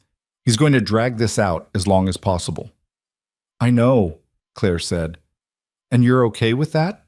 With your name being in the news again? With people digging into your past? Claire thought about it, about the last 3 years spent hiding, about carrying wine bottles and pretending she was nobody, about the fear that had become so familiar she'd almost stopped noticing it. I'm tired of being afraid of him, she said finally. He took 3 years of my life. I'm not giving him any more. Sarah nodded slowly. Good. Because we're going to need you to testify, both for the fraud charges and the corporate espionage. It won't be easy. Nothing worthwhile ever is. The investigator smiled slightly at that. No, I suppose it isn't. By the time Claire left the interview room, it was past 8 and she was exhausted in a way that had nothing to do with lack of sleep. Ethan was waiting in the lobby, even though she'd told him he didn't need to stay. How'd it go? He asked. Long. Thorough. Probably going to get longer and more thorough. She sank into the chair next to him. They think they can build a solid case, but it's going to take time. Months, maybe. We have time. Do we? Your company's still being sued by Andrew Kelly. The board's still questioning your judgment. And now you're associated with a federal investigation into corporate fraud. The lawsuit will get dismissed once the criminal charges are filed. The board can question my judgment all they want. They're not getting rid of me. And I've been associated with worse things than a federal investigation. Ethan reached over and took her hand. Stop trying to protect me by pushing me away. It's not going to work. You're stubborn. So are you. We're well matched that way. Claire wanted to argue, but she was too tired and he was too close and his hand was warm in hers. Take me home, she said quietly. I don't want to think about Marcus or investigations or any of it tonight. Your place or mine? The question hung in the air between them, loaded with implications neither of them had been ready to address before. Yours, Claire said. I want to see Oliver. I need to be around something good right now. They drove in comfortable silence through Sydney traffic. Ethan didn't press her to talk, didn't try to fill the quiet with empty reassurances. He just drove, one hand on the wheel and the other still holding hers. Oliver was already in pajamas when they arrived, being supervised by the nanny Ethan employed for late nights. "Claire!" he shouted, launching himself at her legs. "Dad said you had to work late. Are you staying for dinner? We have chicken nuggets shaped like dinosaurs." "Dinosaur nuggets sound perfect," Claire said, crouching down to his level. "Think you can teach me which dinosaurs are which?" "That's a stegosaurus," Oliver said seriously, holding up a nugget. "You can tell because of the spiky tail." "I thought that was a triceratops." "No, triceratops have horns, see?" He held up another nugget. "This one's a triceratops." They ate dinosaur nuggets at the kitchen table while Oliver narrated an elaborate story about how the dinosaurs were actually space explorers who traveled through time. Claire let the silliness wash over her, grateful for the distraction from everything else. After dinner, Ethan tried to convince Oliver it was bedtime. This went about as well as it always did. "But Claire just got here." "Claire will still be here tomorrow, and the next day. She's not going anywhere." "Promise?" Oliver looked at Claire with those enormous brown eyes. Claire's throat tightened. "I promise, buddy. I'm not going anywhere." "Okay, but you have to read me a story. In different languages." So she read him a picture book about a bear who couldn't find his way home, translating each page into a different language while Oliver giggled at the unfamiliar sounds. By the time she finished in Japanese, he was fighting to keep his eyes open. "One more," he mumbled, in the one that sounds like singing. "Portuguese?" "Yeah, that one." She read the last page in Portuguese, and Oliver was asleep before she finished the second sentence. Ethan carried him upstairs while Claire cleaned up the dinner dishes, trying to make herself useful and not think about how domestic this all felt. How easy. How much she wanted it to be real instead of just a moment stolen between disasters. "He adores you," Ethan said when he came back down. "Asks about you constantly. When's Claire coming? Can Claire teach me more languages? Does Claire like superheroes? I like him too. He's a good kid." "He is, but that's not what I'm asking." Ethan leaned against the counter, watching her. "I'm asking if this scares you as much as it scares me." Claire set down the dish towel and turned to face him. "What part? The part where I'm falling for my boss? Or the part where I'm falling for his kid too? Or the part where my psychotic ex-partner is actively trying to destroy both our lives and this whole thing could blow up spectacularly?" "All of it." "Yeah, it terrifies me." "Good. I'd be worried if it didn't." He moved closer, and Claire's heart started doing complicated things in her chest. "I'm not asking for anything you're not ready to give. I'm not asking you to figure out what this is or where it's going. I just need you to know that when I look at you, I don't see an employee or a translator or someone I hired to fill a position." "What do you see?" "Someone extraordinary who's been convinced she's ordinary. Someone brave enough to start over when most people would have given up. Someone who makes my son laugh and challenges me when I'm being stupid and translates bedtime stories into Portuguese just because a 5-year-old asked her to." "Ethan, let me finish, please." He took her hands in his. "I see someone I could love, someone I think I'm already starting to love. And I know the timing's terrible and the circumstances are complicated and we have every reason to wait until things are less messy. But I'm done waiting for perfect timing. Perfect timing doesn't exist. There's just now." Claire felt tears sliding down her face. "I'm a disaster. I have a federal investigation following me around. My mother's dying. My ex-partner wants to destroy everything I touch. You could do so much better than—" "I don't want better. I want you." The words broke something open in her chest, something that had been locked down tight for 3 years, protected behind layers of fear and self-preservation and the bone-deep belief that she didn't deserve good things anymore. "I want you too," she whispered. "So much. But I don't know how to do this. How to be someone who gets to have this." "Neither do I. We'll figure it out together." He cupped her face in his hands, wiping away tears with his thumbs. "If you want to. If this is something you actually want." "It is. It's terrifying and probably a terrible idea and definitely going to be complicated, but I want it anyway." "Then that's enough, for now. We'll deal with complicated when it shows up." He kissed her then, soft and careful and achingly sweet, like he was afraid she might break, or like he might. Claire kissed him back and felt something she hadn't felt in years. Hope. Not the fragile, desperate kind she'd been clinging to since her world collapsed. The real kind. The kind that believed things could actually work out instead of just surviving until the next disaster. They spent the evening on his couch, tangled together, and talking about everything and nothing. Ethan told her about Sarah, about the grief that still hit him unexpectedly, about the guilt of moving forward. Claire told him about her father, about the languages she'd learned growing up, about the person she used to be before Marcus destroyed her. I miss that person sometimes, she admitted. The one who was confident and capable and believed she could handle anything. She's still in there, you're her, just with some hard-earned wisdom about trusting the wrong people. That's a nice way of saying I have trust issues. We all have trust issues. Mine just come with a side of dead wife trauma. He said it lightly, but Claire heard the pain underneath. Does it get easier? The grief? Not easier, just different. Some days I can think about her without feeling like I'm drowning. Other days Oliver will do something that reminds me of her, and it's like losing her all over again. He was quiet for a moment. But it's getting better, slowly. You help. How? You remind me that it's okay to move forward, that caring about someone new doesn't erase the person I lost, that I'm allowed to be happy again without feeling guilty about it. Claire rested her head on his shoulder. I'm terrified of losing this, of losing you, of something happening that takes it all away. Yeah, that's the price of caring about people. It might not work out. They might leave or die or turn out to be different than you thought. But the alternative is spending your whole life alone to avoid the risk, and that's not really living. When did you get so wise? I'm not wise. I'm just tired of being careful. Careful didn't protect me from losing Sarah. Careful didn't make the grief easier. It just made me lonelier. He pulled her closer. I'd rather have this, even if it's temporary, than nothing at all. It won't be temporary, Claire said fiercely. I'm not going anywhere. I promised Oliver, and I'm promising you. Even with everything that's coming, the investigation, the trial, the media attention, especially with all that, I'm done running from hard things. They fell asleep on the couch sometime after midnight, wrapped around each other like they were afraid of letting go. Claire woke up a few hours later to find Oliver standing next to them with his stuffed penguin, looking pleased.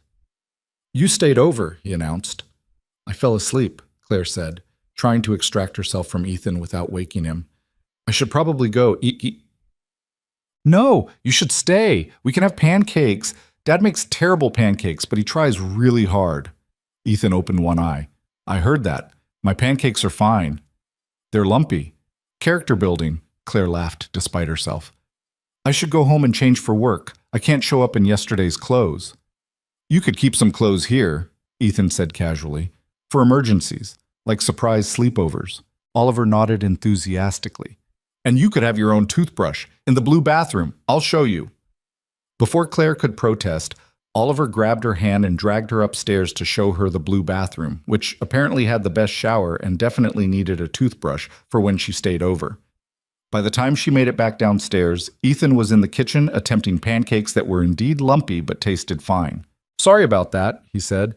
Oliver's decided you're moving in, and I didn't want to crush his dreams before coffee. I'm not moving in.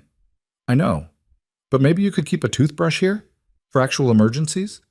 Claire looked at him standing there in his rumpled t-shirt making terrible pancakes for his kid, and felt her carefully constructed boundaries crumbling. Blue bathroom? Blue bathroom. Oliver's specific request. Fine. I'll keep a toothbrush in the blue bathroom, for emergencies. And maybe some clothes. Don't push it, he grinned. Wouldn't dream of it. The next few weeks were a strange combination of normal and completely surreal. Claire went to work, handled translations, managed her team, and pretended her life wasn't a federal investigation waiting to explode. She had Saturday dinners at Ethan's that started including Fridays too. She kept a toothbrush in the blue bathroom and then some clothes because it was easier than going home to change. Marcus's extradition moved forward slowly. His lawyers fought every step, filing motion after motion to delay the process. Andrew Kelly's lawsuit was dismissed with prejudice once the criminal charges were filed, and he disappeared before the authorities could question him further. Probably back in Singapore, David reported during one of their strategy meetings. We've got people looking for him, but he's good at vanishing. Like Marcus, Claire said. Like Marcus. They probably learned from each other. The original fraud case was reopened with new evidence. 3 of Claire's former employees came forward with testimony about Marcus's behavior before he disappeared. The federal investigators found paper trails linking him to the stolen money. Slowly, painfully, Claire's name started being cleared. It wasn't dramatic. There was no single moment where everyone suddenly believed her. Just a gradual shift as the evidence mounted and people realized she'd been telling the truth all along. Some of her old colleagues reached out with apologies that felt hollow after 3 years of silence. Claire accepted them gracefully and didn't bother trying to rebuild those relationships. They'd abandoned her when it mattered. Their guilt now didn't change that. Her mother's health declined as winter approached. The doctors said weeks, maybe a month. Claire spent every evening at the hospital that she wasn't at Ethan's, sitting with Isabel and talking about everything and nothing. "You're happy," her mother said one evening. "I can see it in your face. You're finally happy again." "I'm terrified," Claire corrected. "But yeah, also happy." "Good. Your father would have liked Ethan, would have approved of a man who values honesty and takes care of his people. I wish Dad could have met him." "Me too, sweetheart. But I'm glad I got to see you find someone who deserves you. That's enough." Isabel died on a Tuesday morning with Claire holding her hand. It was quiet and peaceful. Nothing like the dramatic hospital scenes in movies. One moment she was breathing, and the next she just wasn't. Claire sat there for a long time, holding her mother's cooling hand and feeling the weight of being an orphan settle over her shoulders. No parents left. No safety net. Just her and whatever life she'd managed to build from the wreckage. Ethan found her in the hospital chapel an hour later, staring at a generic stained glass window and trying to figure out how to feel. "David told me," he said quietly, sitting down next to her. "I'm so sorry." "She was ready. She told me she was ready."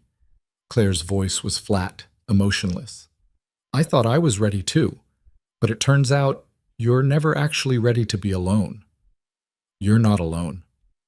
Everyone says that, but she was the last person who knew me before everything fell apart. The last person who remembered who I used to be. Now that person's gone, and I'm just whoever this is." Ethan took her hand. "This person is brave and brilliant and stronger than she knows. Your mother saw that. I see it. Oliver sees it. You're the only one who doesn't. I'm tired, Ethan. I'm tired of being strong, tired of fighting, tired of proving I deserve to exist. Then stop. Stop fighting alone. Let people help you. Let me help you." Claire turned to look at him. "Why? Why do you care so much about a broken translator with more baggage than a cargo plane?" "Because you're not broken. You're healing. There's a difference." He pulled her into his arms, and Claire finally let herself cry. For her mother. For her father. For the 3 years she'd lost to Marcus's cruelty. For the person she used to be and the person she was trying to become. She cried until she had nothing left, and Ethan just held her through all of it without trying to fix anything or make it better.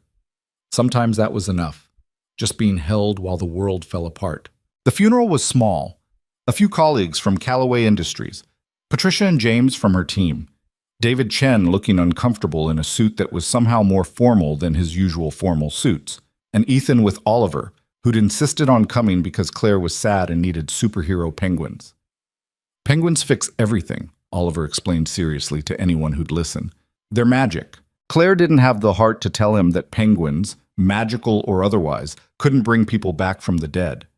But she appreciated the sentiment. They scattered Isabel's ashes in the harbor at sunset, and Claire said goodbye to the last connection to her childhood, to the life before everything changed, to the safety of having someone who loved her unconditionally. "She was proud of you," Ethan said afterward. "She told me the last time I visited, said you'd finally found your way back to yourself." "When did you visit her?" "A few times. When you were at work. I wanted to tell her my intentions were honorable, that I wasn't taking advantage of you during a vulnerable time, that I actually cared about you." "What did she say?" "She said if I hurt you, she'd haunt me forever. Then she made me promise to take care of you when she was gone." He smiled slightly. "I told her you didn't need taking care of. She said everyone needs taking care of sometimes, even people who are good at pretending they don't." Claire felt tears burning again. She would have loved seeing you try to keep that promise. "Then I'll keep it. For her, for you. For Oliver, who's decided you're part of the family now and won't hear otherwise. I'm part of the family? If you want to be, no pressure. But the position of Oliver's favorite person and my partner in handling life's disasters is currently open. You're well qualified. Despite everything, Claire laughed. That's the worst job description I've ever heard. But is it inaccurate? No, sadly, it's perfect. Marcus's extradition was approved in December. He was brought back to Australia in handcuffs, still arrogant, still convinced he'd find a way out. Claire watched him being led through the airport on the news and felt nothing but a distant satisfaction that he was finally being held accountable. The trial was scheduled for March. 3 months of preparation, of strategy meetings with prosecutors, of reliving every detail of the fraud. Claire dreaded it and needed it in equal measure. You don't have to testify if you don't want to, David reminded her. We have enough evidence without your testimony. The paper trail, the witnesses, the recent sabotage. It's solid. I want to, Claire said firmly. I want to look him in the eye and tell the truth about what he did. I want him to know he didn't destroy me. He's going to try. His lawyers are going to rake you over the coals. They're going to bring up every mistake you ever made. They're going to try to make you look incompetent or complicit, or both. Let them try. I'm not the scared waitress hiding from the world anymore. I'm the person who caught him lying twice. Once 3 years ago, and once 3 months ago. I can handle his lawyers. The trial lasted 6 weeks. Marcus looked smaller than Claire remembered, older and more worn. He didn't look at her during most of the proceedings, keeping his eyes on his lawyers or the judge or anywhere else. When Claire took the stand, she told the truth. All of it. The friendship that had become a business partnership. The trust that had been exploited. The morning she'd discovered the fraud. The 3 years of rebuilding while he'd been living comfortably in Singapore under a new name. Marcus's lawyer tried to rattle her. Isn't it true, Ms. Bennett, that you had equal access to the company accounts? Yes. And isn't it true that you signed off on many of the transactions in question? I signed off on legitimate business expenses. The fraudulent transactions were done using forged authorization.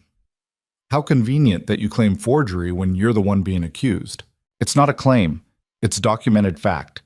The forensic accountant found discrepancies in the signature analysis. That evidence is already part of the record. The lawyer switched tactics. You've had financial difficulties since your company dissolved, haven't you? Yes, because I lost my business and my reputation.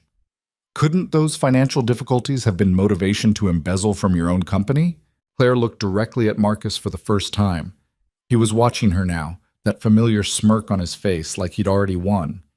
If I'd wanted to embezzle $2 million, I wouldn't have been stupid enough to leave a trail pointing directly at me. I would have been smart about it, created shell companies, used offshore accounts, covered my tracks. She turned back to the lawyer. Like your client did. But I didn't do any of that because I didn't steal the money. He did. The prosecution presented evidence connecting Marcus to Andrew Kelly, to the Callaway Industries sabotage, to a pattern of fraud spanning multiple countries.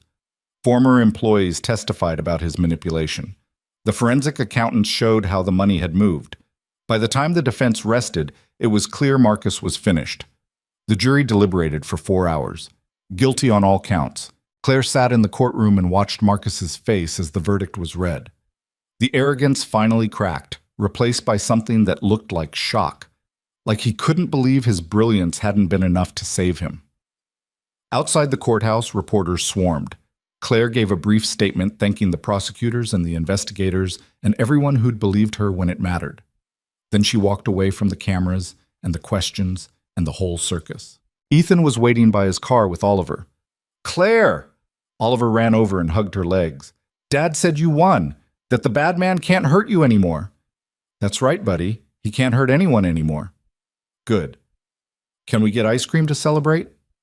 I think that's a perfect idea, Ethan said, ruffling his son's hair.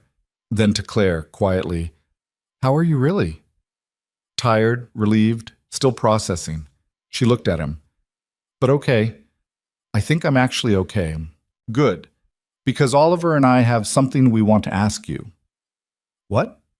Oliver pulled a folded piece of paper from his pocket and handed it to her ceremoniously. We made this.